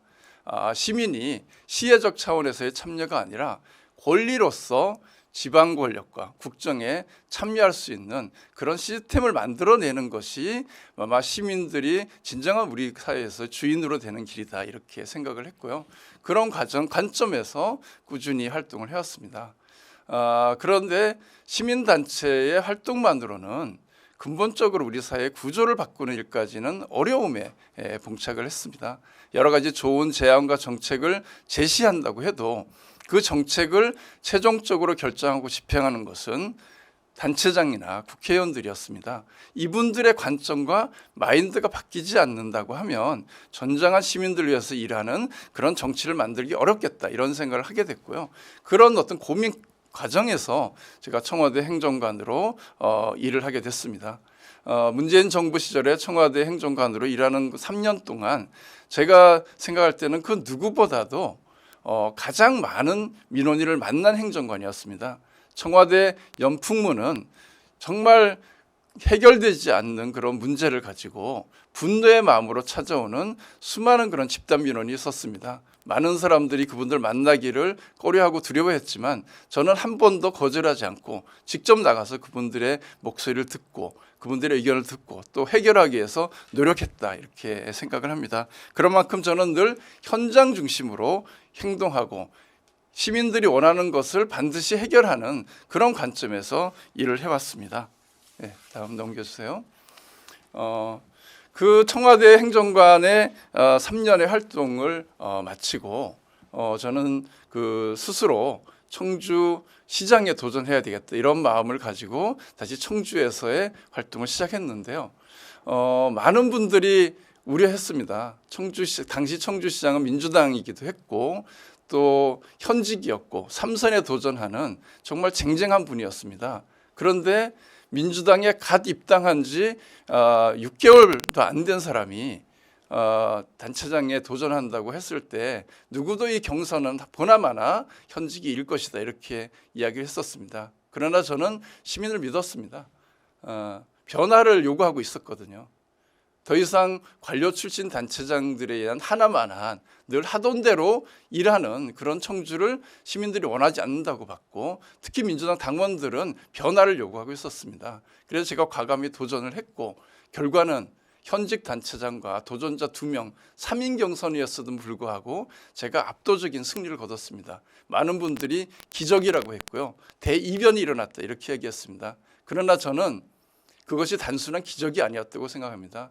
제가 그동안 25년 동안 지역에서 심과 함께 갈고 닦아왔던 기반이 있었던 것이고 또 변화하고 반드시 새로운 청주를 만들어야 되겠다고 하는 저의 어떤 간절한 호소가 통했던 것이다. 적어도 정치가 쇄신되고 그리고 시민들이 지역사회 주인으로 당당히 서는 그런 지역사회에 대한 기대가 청주시장 경선에서 나타났습니다. 물론 본선에서 많은 분들의 기대를 받았습니다만 결국은 그 뜻을 이루지 못했습니다. 그래서 절반의 성공, 절반의 실패였습니다만은 그것이 저의 정치의 자양분이 되었고 이번에 국회의원으로 도전할 수 있는 그런 계기가 되었습니다. 다음 넘겨주세요. 예, 청주 특히 제가 이번에 도전하려고 하는 청원구는 이제는 변화가 필요합니다. 현재 5선에 그 국회의원이 20년 동안 일을 해왔습니다. 충분히 성과도 냈고 많은 것을 이뤘습니다만은 그러나 이제는 변화가 필요합니다. 새로운 시대에 맞는 그러한 이제 민주당에 적합한 그런 국회의원이 필요하다. 적어도 이 윤석열 정권의 폭정에 맞서서 제대로 싸우고 그래서 총선을 승리하고 다음 대선에서 민주당이 정권을 되찾아오기 위해서는 이제는 제대로 일할 수 있는 그런 민주당다운 국회의원이 필요하다. 저는 그 4가지가 필요하다고 보는데요. 첫 번째는 이제는 그 윤석열 독재 정권에 맞서 싸울 수 있는 야당다운 그러한 전투력 있는 그런 국회의원이 필요하다. 저는 그런 어떤 역량을 갖추고 있다 이렇게 생각을 합니다. 그리고 두 번째로 중요한 것은 저는 혁신성이라고 생각을 합니다. 기존에 하던 대로 20년 동안 묵어있는 그 숙제를 풀 수는 없다. 이제는 새로운 관점에서 새로운 도전적인 어떤 역량을 통해서 지역을 바꾸려면 저와 같이 혁신적인 활동을 해왔던 사람이 이제는 국회의원이 돼야 된다라고 생각을 합니다. 그리고 세 번째로 중요한 과제는 민주성입니다. 적어도 엘리트 의식과 권위주의에 물든 그런 국회의원은 안 된다. 그것은 민주당다운 국회의원이 아니다 이렇게 생각을 합니다. 정말 당내의 민주주의를 실현하기 위해서 당원의 어떤 참여를 보장하고 또 지역위원회 운영도 그런 민주적 방식으로 할 수 있는 그런 민주적인 리더십을 갖춘 그러한 국회의원이 필요하다. 네 번째로는 선당 후사의 정신이 꼭 있어야 된다 이렇게 생각을 합니다. 자신의 정치적인 이익을 위해서 검사 독재 정권에게 자신의 당 대표를 내어주려고 하는 그러한 어떤 그 방식으로 일하는 국회의원들은 안 된다는 거죠. 적어도 당을 먼저 생각하고 그 당의 방침은 민생과 민주주의를 위해서 싸우는 당이 바로 민주당이기 때문에 그런 관점을 유지해야 된다. 이러한 국회의원이 이제는 청국에 필요하다라는 생각을 합니다. 그리고 저는 그러할 수 있는 역량을 갖춰왔고 그런 관점에서 일을 해나가겠다 이런 말씀을 드리겠습니다. 예, 이어서요. 제가 이번에 준비하고 있는 청원구는 어제와 오늘과 내일이 공존하는 그런 지역입니다. 여러 가지 그런 구도심 지역은 굉장히 낙후돼 가고 있는데 여기에는 새로운 어떤 생활 인프라와 또 문화의 옷을 입혀야 되는 과제가 있습니다. 또 그 청원의 그 이 내수와 북이 이 지역의 경우는 사실 지금 전투기 소음으로 인한 피해 대책 마련이 굉장히 시급합니다. 동시에 여기는 그 농업 지역이기 때문에 로컬 푸드와 특히 축산 단지가 집적돼 있는데 이것을 생태 축산으로 전환하는 과제가 필요하다 이렇게 생각을 합니다. 그리고 동시에 청원구에는 그 초종약수와 세종대왕께서 오셔서 치유했던 그런 어떤 초종지구가 있습니다. 또한 미호강이 흐르고 있습니다. 이 지역을 치유와 회복 또 생태 정원을 꾸밈으로써 시민 전체의 삶의 질을 높이는 쪽으로 가야 된다 이렇게 생각을 합니다. 특히 청주의 어떤 미래의 그 발전의 축은 오창이다 이렇게 생각합니다. 오창은 과학 어떤 도시이기도 합니다. 여기는 2차 전지를 포함해서 방사능 가속기가 앞으로 들어올 예정으로 있고요. 그 외에도 여러 가지 반도체라든가 이런 산업이 집적돼 있기 때문에 이런 산업들을 키워나가야 되고 거기에 필요한 과학기술 인재들이 와서 정주하고 일을 할 수 있는 기반을 만들어가고자 합니다. 이런 비전을 제대로 실현하기 위해서는 멀티 비전을 가지고 있고 멀티플레이가 가능한 그런 활동의 경험을 축적한 사람이 꼭 필요하다 이렇게 생각을 합니다. 예, 다음이요. 예, 정치는 저는 기본적으로 사회적 약자의 삶을 보듬는 데 있다 이렇게 생각을 합니다. 그를 위해서는 문제를 해결하는 역량을 보여야 된다 이렇게 생각을 합니다. 이재명 성남시장이 경기지사를 거쳐서 민주당의 대통령 후보가 되고 또 현재 민주당 당대표가 된 것도 결국은 위기 앞에서도 굴하지 않고 문제를 해결해내는 역량을 보여줬고 바로 그것에 대해서 우리 당원과 국민들이 신뢰했기 때문이다 이렇게 생각을 합니다. 정치인에게 가져야 될 가장 중요한 덕목이 저는 이와 같은 문제 해결 역량이라고 생각을 하고요. 그러면서도 동시에 이해찬 당대표가 얘기하는 삼실이 중요하다 이렇게 생각을 합니다. 진실, 성실, 절실이라고 하는 것은 정치인이 갖춰야 될 굉장히 중요한 덕목이다 이렇게 보고 있는데요. 저는 그런 어떤 삶을 지금까지 일관되게 살아왔고 그 삼실의 어떤 관점에서 앞으로 정치를 하겠다 이런 말씀을 드립니다.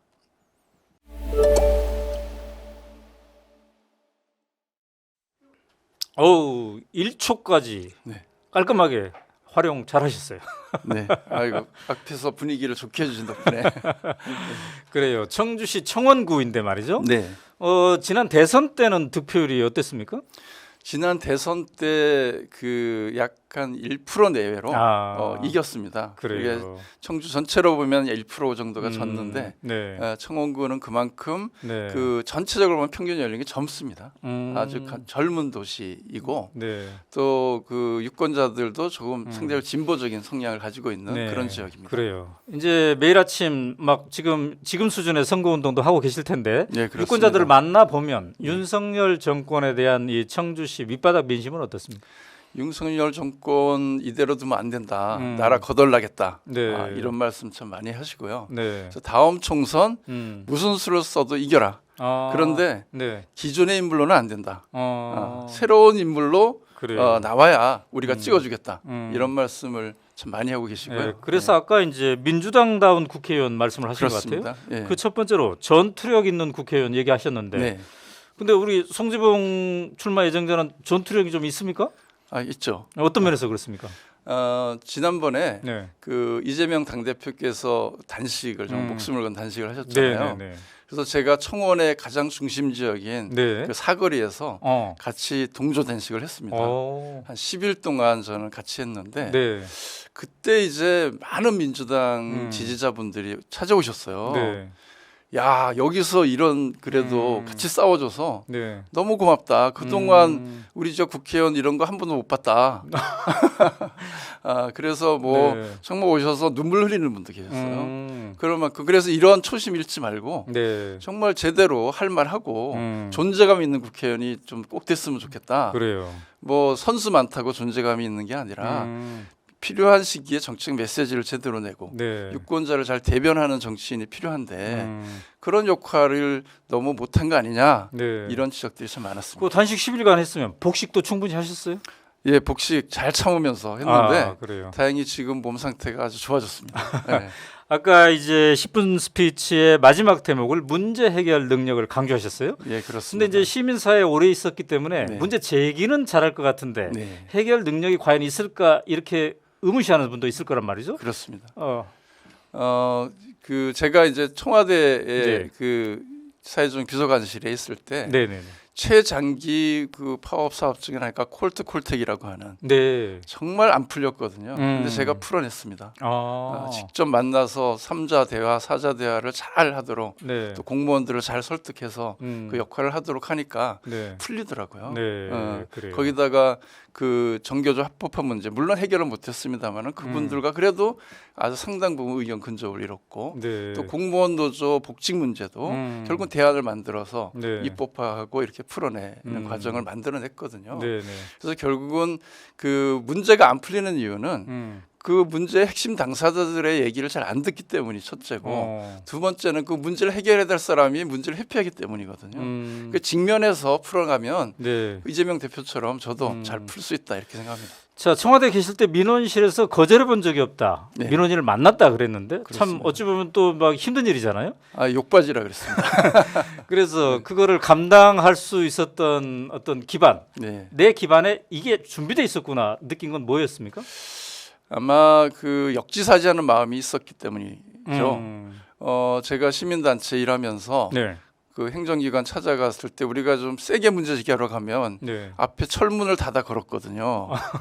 그때 느꼈던 그 절망과 장벽감이라고 하는 건 분노로 네, 네. 이어져서 문제가 더 꼬이게 만들더라고요. 그렇군요. 근데 문을 열어 제끼면 마음도 약간 풀리거든요. 네. 만약에 국회에 들어간다면 네. 이런 법안은 내가 꼭 한번 만들고 싶다 이런 게 있나요? 네, 꼭 있습니다. 네. 저는 네. 지역사회 혁신 지원 특별법을 꼭 만들고 싶습니다. 그게 뭔가요? 그러니까 지금까지는 그 법이라든가 중앙정부 지원 방식이 탑다운이에요. 그 보조금 제도에서 공모해가지고 나눠주는. 네. 그런데 중앙정부가 지방의 현실을 잘 모르잖아요. 네네네. 그래서 저는 지역 주민들이 원하는 것을 스스로 계획을 세우게 하고 그 계획을 세우는데 지원을 하고 네. 그래서 세워진 계획을 음. 중앙의 다부처가 협력해서 지원을 하는 방식으로 네, 전환해야 된다. 네. 그렇게 예산 낭비가 없어지거든요. 네. 그래서 이런 버텀업 방식으로 네. 법도 만들고 그 법에 의해서 지원 체계가 만들어져야 지방 소멸과 지방의 경쟁력이 살아난다. 네. 그래서 그와 관련된 법을 꼭 만들고 싶습니다. 네, 감사합니다. 네, 고맙습니다. 오늘 청주에서 올라오셨는데 예. 예, 해보니까 어떻습니까? 아유 저 감사하죠. 제가 이런 기회를 주셨으니까 네. 감사하고 네. 또 그래도 뭐 하고 싶은 얘기를 다 못한 것 같긴 해요. 약간 긴장도 되고. 네. 예. 근데 그 사전에 이제 출마 예정자로서 나의 이야기를 온전히 예. 이렇게 해보는 프로그램은 별로 없었죠. 처음이죠. 처음입니까? 예, 이렇게 잘 안 들어줍니다. 안 들어줘요. 예, 주로는 제가 많이 들어야 되는 입장이고 제 얘기를 이렇게 잘 들어주는 경우는 별로 없잖아요. 네, 예. 네, 여긴 그런 기회를 주셔가지고 네. 너무 하여튼 감사합니다. 그래요. 오늘 아주 잘 하셨는데 나누고 널리 또 알려주시기 네, 바랍니다. 그렇게 하겠습니다. 네. 오늘은 청주 청원구에서 출마를 희망하고 계시는 송재봉님과 대화를 나눠봤습니다. 네, 감사합니다. 네, 고맙습니다. 자, 나는 누구인가? 오마이 TV가 22대 총선을 맞이해서 기획한 특별 프로그램입니다. 나누구에 출마를 희망하시면은요, 오마이 나누구 @ 네이버닷컴 여기로 신청을 하시면 되겠습니다. 자, 여기서 마치겠습니다. 감사합니다.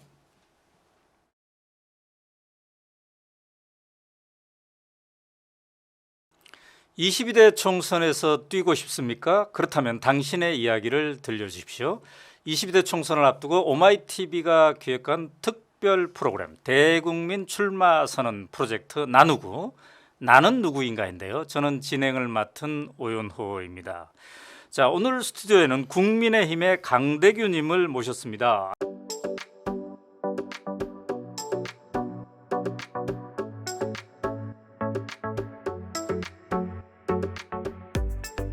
안녕하세요. 네, 반갑습니다. 네. 강대규입니다. 지역구 이름이 좀 깁니다. 네, 네, 어떻게 되죠? 강원도 춘천, 철원, 화천, 양구, 갑입니다. 아, 숨이 찰 정도로 예, 길어요. 맞습니다. 네. 거기에 지금 현역 의원은 더불어민주당의 허영 의원이군요. 네, 맞습니다. 예. 네. 허영 의원이 지금 춘천, 철원, 화천, 양구, 갑 현역 그 더불어민주당 의원으로 있습니다. 네, 그렇군요. 자, 이 나누구 지금 장안의 화제인데 네, 좀 보셨어요? 자주 본다고 말씀을 못 드리겠고요. 하지만 그래요. 관심 있게 지켜보고 네, 있습니다. 우리 국민의힘 출마 예정자 중에서는 네. 두 번째입니다. 예, 그러니까요. 첫 네. 번째를 써야 되는데 네. 국민의힘이 기호 2번이니까 네. 두 번째가 의미가 있다고 또 생각이 됩니다. 네. 자, 그러면 이제 우리 공통의 룰에 따르면 네. 5분 동안 사전 인터뷰를 하고 예. 그 다음에 이제 10분 동안 본인의 얘기를 충분히 하고 네. 또 마지막에 5분 동안 저랑 마무리를 네. 하도록 하겠습니다. 자, 이 춘천 지역구 이름 되게 길어서 춘천, 철원, 화천, 양구인데 네. 특별한 인연은요, 이 지역구랑?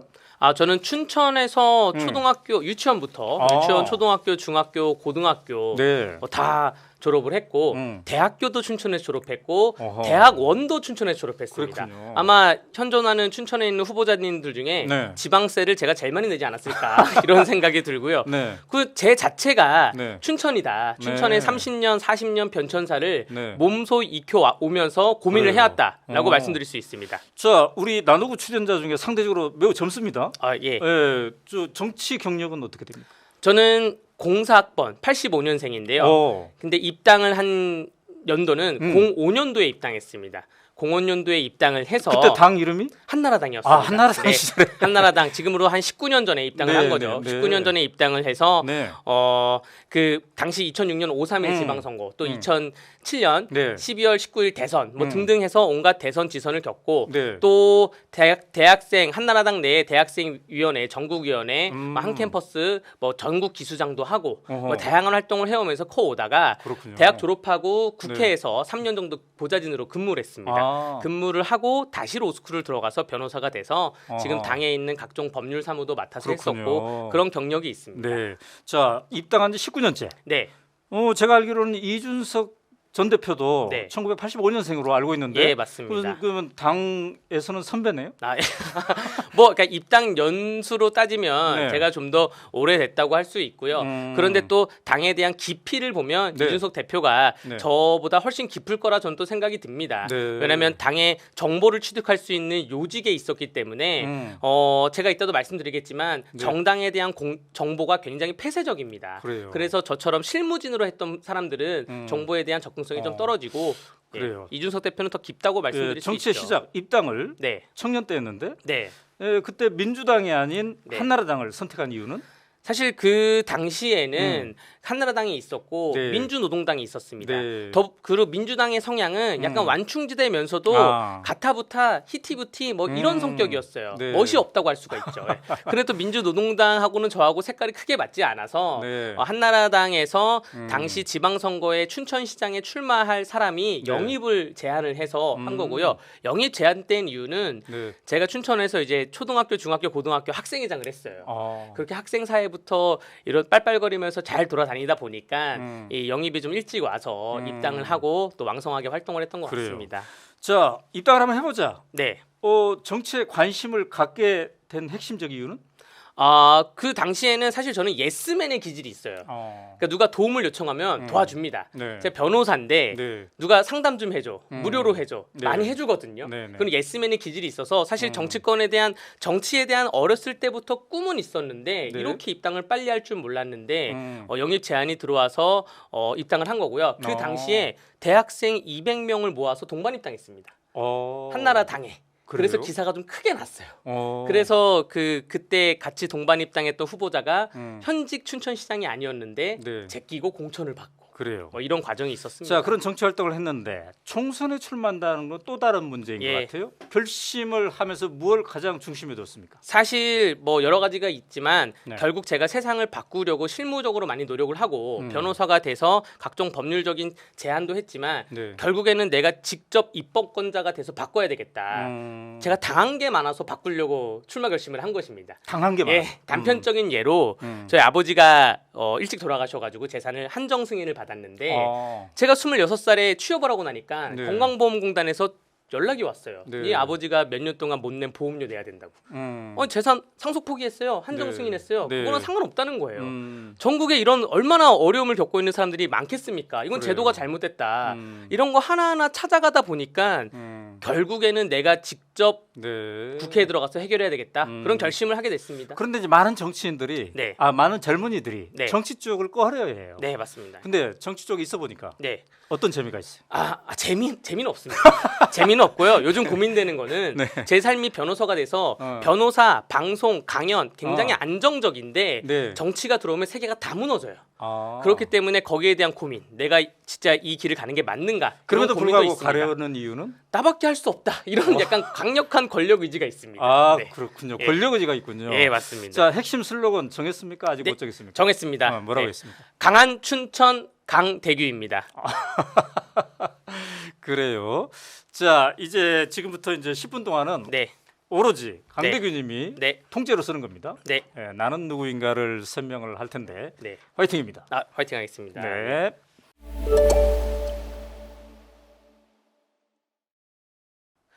네, 오마이뉴스 시청자 여러분 반갑습니다. 2022 총선 대국민 프로젝트 나 누구 국민의힘 강한 춘천 강대규 인사드리겠습니다. 쟤는 또 누구야? 라고 하시는 분들이 많으실 텐데 오늘 10분 동안 설명을 드릴 거고요. 제 설명에 부족한 점이 있다면 이 파워포인트에 나오는 휴대폰으로 언제든지 연락을 주시기 바랍니다. 저는 손흥민과 황희찬 선수의 고향인 강원도 춘천시 후평동에서 자랐습니다. 대학에서는 토목공학을 전공했고 토목기사도 취득을 했는데 취업을 국회로 하였고 국회에서 3년 근무를 하고 다시 법학전문대학원에 가서 현재는 변호사로 일하고 있습니다. 현재 국민의힘 중앙당 인권위원을 하고 있고요. 국민의힘 전 중앙당 인재영입위원 또 법률자문위원을 했고 강원도당에서 법률자문위원장을 했습니다. 약간 특이사항을 말씀드리자면 내년 1월부터 시행되는 법인 차량 색상 번호판 구분제 그거 제가 제안한 것입니다. 제가 제안을 해서 공모전에서 수상을 해서 대선 공약에 채택이 돼서 내년부터 시행이 될 것입니다. 이 외에도 다양한 활동을 하고 있다는 점을 말씀드리면서 다음 슬라이드 넘겨주세요. 네, 저의 정치에 대해서 쭉 주요 사진들을 최대한 한번 모아봤습니다. 저는 2005년도에 입당을 해서요. 다양한 지방선거를 겪고 그리고 2007년 대선을 앞두고서는 UMB, 유니버시티 MB라는 이명박 팬클럽을 만들어서 전국에 3,300명 대학생 조직을 만들었고 보이스비 앰비셔스 소년이여 MB처럼 되라. 이런 슬로건 아래에 전국을 돌아다녔습니다. 그리고 나서 건설회사로 취업을 하려고 했는데 취업이 잘 안 돼서 고민 끝에 국회를 들어오게 됐고요. 지금 사진을 보시게 되면 당 18대 국회 때 홍준표 지금 현재 대구시장이 원내대표였고 남경필 외교통일위원장이십니다. 한미 FTA가 한참 진행 중일 때 제가 남경필 외통위원장실에서 근무를 했었기 때문에 사진을 갖고 왔고요. 그리고 국회에서 근무 이후에 변호사가 되고 나서 4년 전에 이미 21대 총선에서 출마 선언을 한 적이 있습니다. 그 사진을 하나 갖고 왔고 이준석 대표의 사진을 왜 2장이나 갖고 왔냐 말씀을 드리면 제가 작년 8, 9, 10월 달에 이준석 대표가 국민의힘에서 그 가처분 사건이 있을 때 이준석 대표의 변호인을 했습니다. 그 가처분 사건에서 당시 주호영 비대위원장의 직무집행 정지를 가처분을 시켰고 정진석 비대위원장이 왔을 때는 또 결과가 달라졌지만 이런 인연이 있어서 이준석 대표와 대표의 사진을 갖고 왔고요. 윤석열 대통령의 저 사진은 또 뭐냐 말씀드리면 대선 때 제가 그 법률 자문도 하고 다양한 역할을 했는데 제가 가장 뿌듯했던 거는 저게 전국에 있는 특산물을 가지고 만든 이미지거든요. 원래는 강원도 18개 시군을 가지고 제가 만들었습니다. 저 이미지가 제가 만든 거예요. 고성 명태, 강원도 고성군의 명태가 유명한데 윤석열 대통령이 나는 명태가 하고 싶었다. 뭐 이런 얘기. 또 양구 곰치, 대한민국을 곰치시키겠습니다. 이런 약간 농담 쪽 재밌는 이미지를 만들었는데 저것이 히트가 돼서 전국에 있는 모든 그 250여 개의 지역으로 확대를 했던 그런 기억이 있습니다. 또 오른쪽에는 제가 당으로부터 받은 임명장이 뭐 수십 개가 있는데 그 중에 뭐 최근 것만 갖고 왔고요. 가장 먼저 받은 임명장이 의미가 있어서 갖고 왔는데 한나라당 당시 강재섭 대표가 2006년도에 제가 대학생일 때 전국 대학생 한나라당 캠퍼스에서 전국 대표를 했기 때문에 그 수료증이 있습니다. 그 위에도 강원도당에서 공천관리위원이나 혹은 당원자격심사위원, 또 법률자문위원, 중앙당 인재영입위원 등을 영입했다고 말씀을 드리겠습니다. 다음 슬라이드 보여주세요. 네, 그 당에서만 활동한 것이 아니라 사회 곳곳에서 특히 강원도 내에서 춘천시 내에서 청년 단체나 혹은 소상공인 단체 혹은 뭐 장애인 단체에서 다양한 활동을 법률 자문을 해왔다고 말씀을 드리고요. 그 이외에도 우리 시민분들께서 궁금하신 사항에 대해서 손쉽게 풀어나가는 그런 방송을 많이 해서 언론의 인터뷰도 많이 나갔다라고 말씀을 드리겠습니다. 다음 슬라이드 보여주세요. 네, 그럼 너는 왜 나왔냐? 라고 말씀을 드린다면 공약에 대해서 말씀을 드려야 될 것 같아요. 공약에 대해서 수십 가지의 공약이 있겠지만 간단하게 몇 가지만 말씀을 드리겠습니다. 일단은 국가를 위한, 사회를 위한 공약이 있고 또 우리 춘천을 위한 공약을 나눌 수가 있고 개인을 위한, 국민 개개인을 위한 공약으로 나눌 수가 있을 것 같습니다. 국가를 위해서 말씀드리자면 저는 권리보험 제도라는 것을 도입을 하고 싶어요. 지금 의료보험 제도가 있지 않습니까? 건강보험 제도라고 하죠. 그렇기 때문에 우리가 병원에 가서 진료비 3,000원, 4,000원만 내고 진료를 받을 수가 있는 것입니다. 그런데 제가 변호사가 되기 전에 저희 집이 좀 어려워서 법률 상담이 많이 필요한 일이 많았었는데 변호사를 찾아가면 상담료가 일단은 몇만 원입니다. 10만 원도 넘어갈 때가 있어요. 간단한 서류를 작성하면 100만 원 이상입니다. 제가 지금 현재 변호사가 되고 나서도 그런 생각 때문에 변호사를 못 찾아오시는 분들이 많이 있어요. 권리보험 제도라 그래서 변호사를 찾아갔을 때 우리 국민들은 단돈 10,000원이나 20,000원을 내고 혹은 몇천 원을 내고 상담을 하고 또 문서 작성도 변호사한테 소정의 비용만 가지고 문서 작성을 하고 건강보험 제도처럼 권리보험 제도에서 변호사들이 보수를 받는 이런 제도가 좀 시행됐으면 좋겠다라는 그런 바람이 있습니다. 사실 이것은 좀 사건을 많이 하시던가 혹은 대형 로펌에 계신 분들은 반대하시기도 하는데 어쨌든 의지를 가지고 제가 추진하고 싶은 것이고요.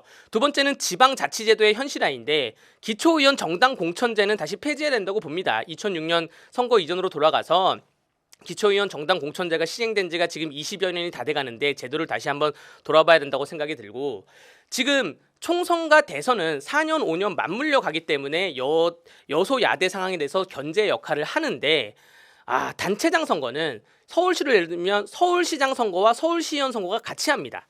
강원도지사, 강원도도의원 선거 같이 해요. 춘천시장, 춘천시의원 선거 같이 합니다.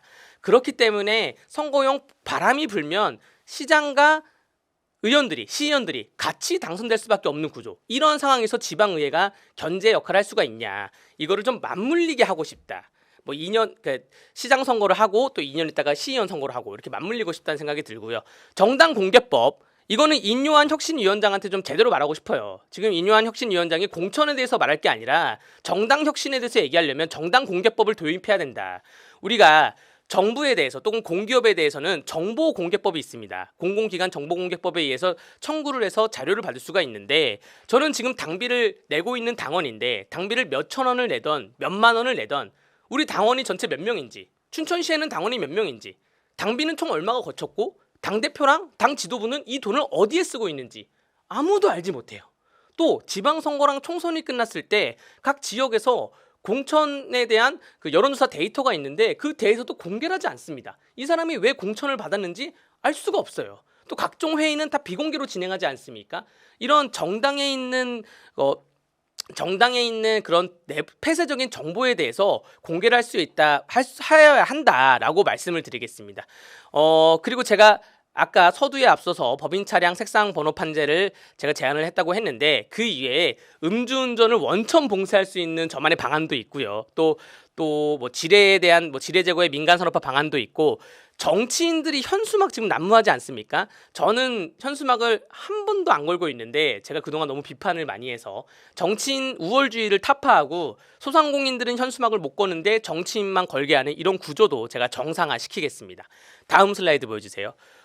그러면 춘천을 위해서는 무슨 일을 할 것이냐? 우리 춘천이 그동안 산림규제, 환경규제, 군사규제, 농업규제로 SOC가 부족하기 때문에 기업이 안 들어오고 그렇기 때문에 일자리가 부족해서 청년들이 빠져나가고 춘천과 원주, 춘천이 도청 소재지인데 원주는 혁신도시, 기업도시를 갖고 가서 인구가 지금 40만을 향해 가고 있고 춘천은 아직 30만도 못 넘고 있고 이런 상황을 강한 춘천 출신의 강한 정치인이 나와서 춘천시의 발전을 멱살 잡고 끌고 가야 된다라고 말씀드리고 그 역할을 제가 할 테니 우리 춘천 시민들께서는 아직 85년생인 저를 좀 오랫동안 지켜보면서 키워주십사 말씀을 드리겠습니다.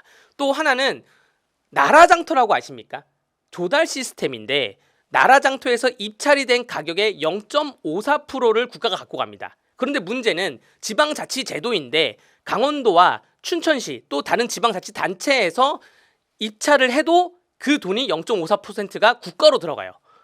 그 수수료를 지방 내수 경제를 위해 사용해야 되지 않나 이런 고민도 하고 있습니다. 이외에도 다양한 고민, 참신한 발상이 많이 있다고 말씀드리고요. 춘천은 좀 더 젊어져야 되고 춘천은 좀 더 강해져야 됩니다. 그러기 위해서는 저 강대규가 나서겠습니다. 강한 춘천, 젊은 춘천, 국민의힘 강대규 기억해 주시기 바랍니다. 감사합니다.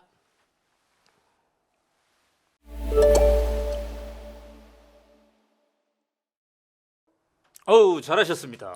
네, 감사합니다. 목소리도 좋네요. 아유, 감사합니다. 확확 들어오네. 아유, 감사합니다. 네. 정치인이 가져야 할 덕목이라 생각합니다. 네. 네. 뭐 웅변학원에 다녔습니까? 어렸을 때 웅변학원이라기보다는 그 손 들고 발표하는 걸 좋아하는 아이 있지 않습니까? 그런 아이들 중에 한 명이었습니다. 그렇군요. 자, 고향이 후평동이에요. 춘천에. 네, 예, 손흥민, 황희찬 네, 나온 곳이죠. 예, 맞습니다. 거기 왜 이렇게 인재들이 많아요? 후평동이 공기가 좋습니다. 예, 그 뒤 후자 평평할 평자거든요. 네. 그 춘천 뒷동산의 평평한 곳이어가지고 아마 축구를 차기가 좋은 동네였지 않았나 그런 생각이 듭니다. 또 다른 인재 네. 강대규 말고 또 누구 있습니까? 뉴진스의 민지 씨라고 있습니다. 저도 꼭 한번 뵙고 싶습니다. 네. 전 잘 모르지만 뉴진스는 압니다. 네. 자, 법인 차량 색깔 차별화 네. 이거를 최초 발의했어요? 예, 맞습니다. 그 대기업에 있는 자재들이 네. 회사의 운영에 관여는 안 하면서 회사 법인 차량 가지고 개인용으로 타고 다니고 네. 사고가 발생했을 때 책임은 회사가 지게 하고 이런 문제가 너무나 악용되다 보니까 네. 구분이라도 하자. 어허. 구분이라도 해서 시민들에게 면박과 질타라도 받게 하자라고 해서 제가 고안을 했고요. 그래요. 내년부터 시행이 됩니다. 8천만 원 이상의 고가의 차량에 대해서는 네. 법인 차량 색깔이 연두색으로 바뀌고요. 아. 제가 좀 안타까운 거는 저는 소급 적용을 원했는데 현재 진행되고 있는 차량에 대해서 다 바꿔라. 근데 소급 적용이 안 돼서 그래요?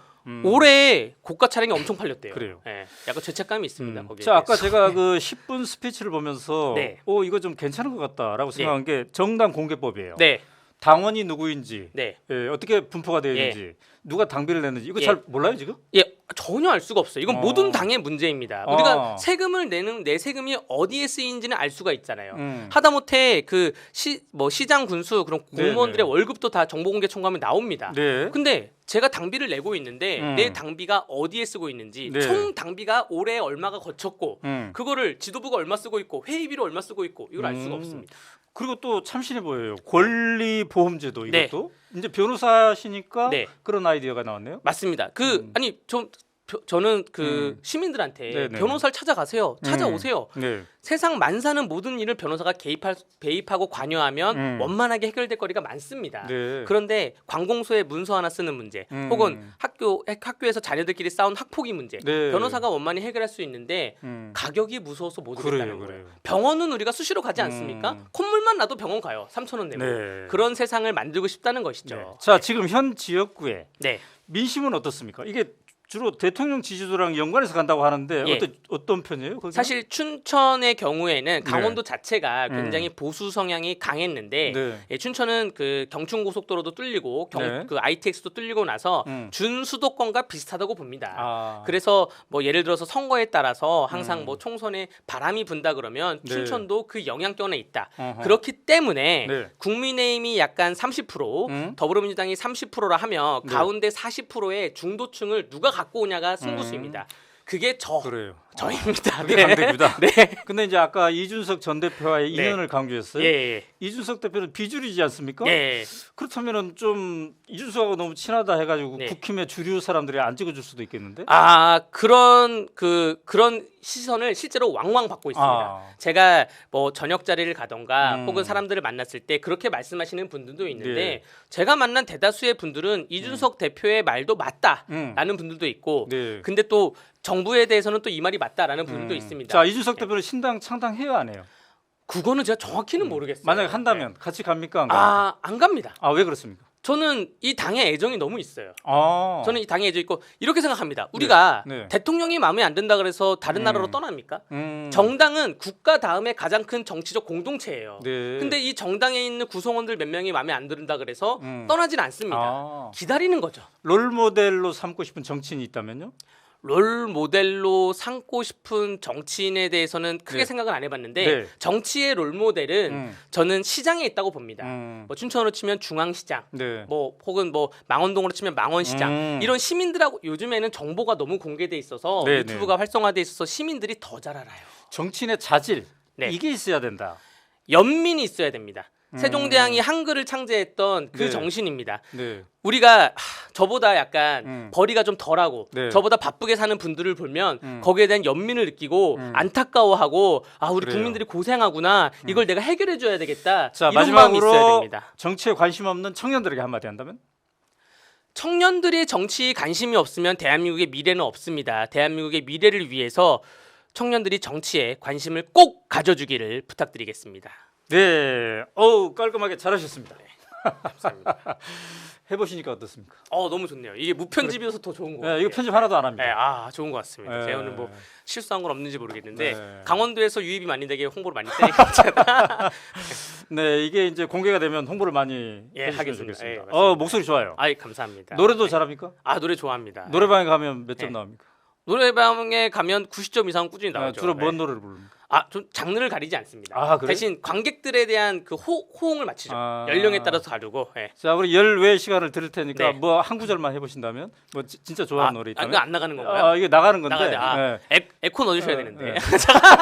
좋아한다는 노래라기보다는 오늘 네. 그 아침에 일어나서 바로 들은 노래를 하나 네, 네, 부르겠습니다. 네. 예. 스탠딩 에그의 오래된 친구라는 노래인데. 그래요? 예. 오래전에 함께 듣던 노래가 거리에서 내게 우연히 들려온 것처럼 살아가다 한 번쯤 우연히 만날 것 같아 사랑했던 그 모습 그대로. 네. 자, 나누고 출연자 중에 네. 열외 추가 시간에 감사합니다. 처음으로 네. 노래를 한번 청해 네. 들어봤는데 네. 이 컨셉 괜찮은 것 같네요. 그렇죠. 열외 시간에 네. 본인의 뭐 노래든 장기를 맞습니다. 뭔가 네. 한번 해보라고 네. 이렇게 나누고는 집단 지성에 의해서 나날이 네. 발전하는 아. 대국민 출마 선언 프로젝트입니다. 그 국민의힘 쪽에서 출마 막 그 희망하는 젊은 분들 많지 않겠습니까? 적극 보내주시기 바랍니다. 예, 알겠습니다. 네. 네. 자, 이 시간에는 강원 내 춘천시 철원군, 화천군, 양구군 갑 지역 출마를 준비하고 있는 국민의힘의 강대규님과 말씀을 나눠봤습니다. 강대규님 감사합니다. 네, 감사합니다. 자, 나누게 출연을 원하시는 분은요, 오마이나누구 네이버닷컴으로 신청해 주시면 감사하겠습니다. 오늘 여기서 마치겠습니다. 감사합니다.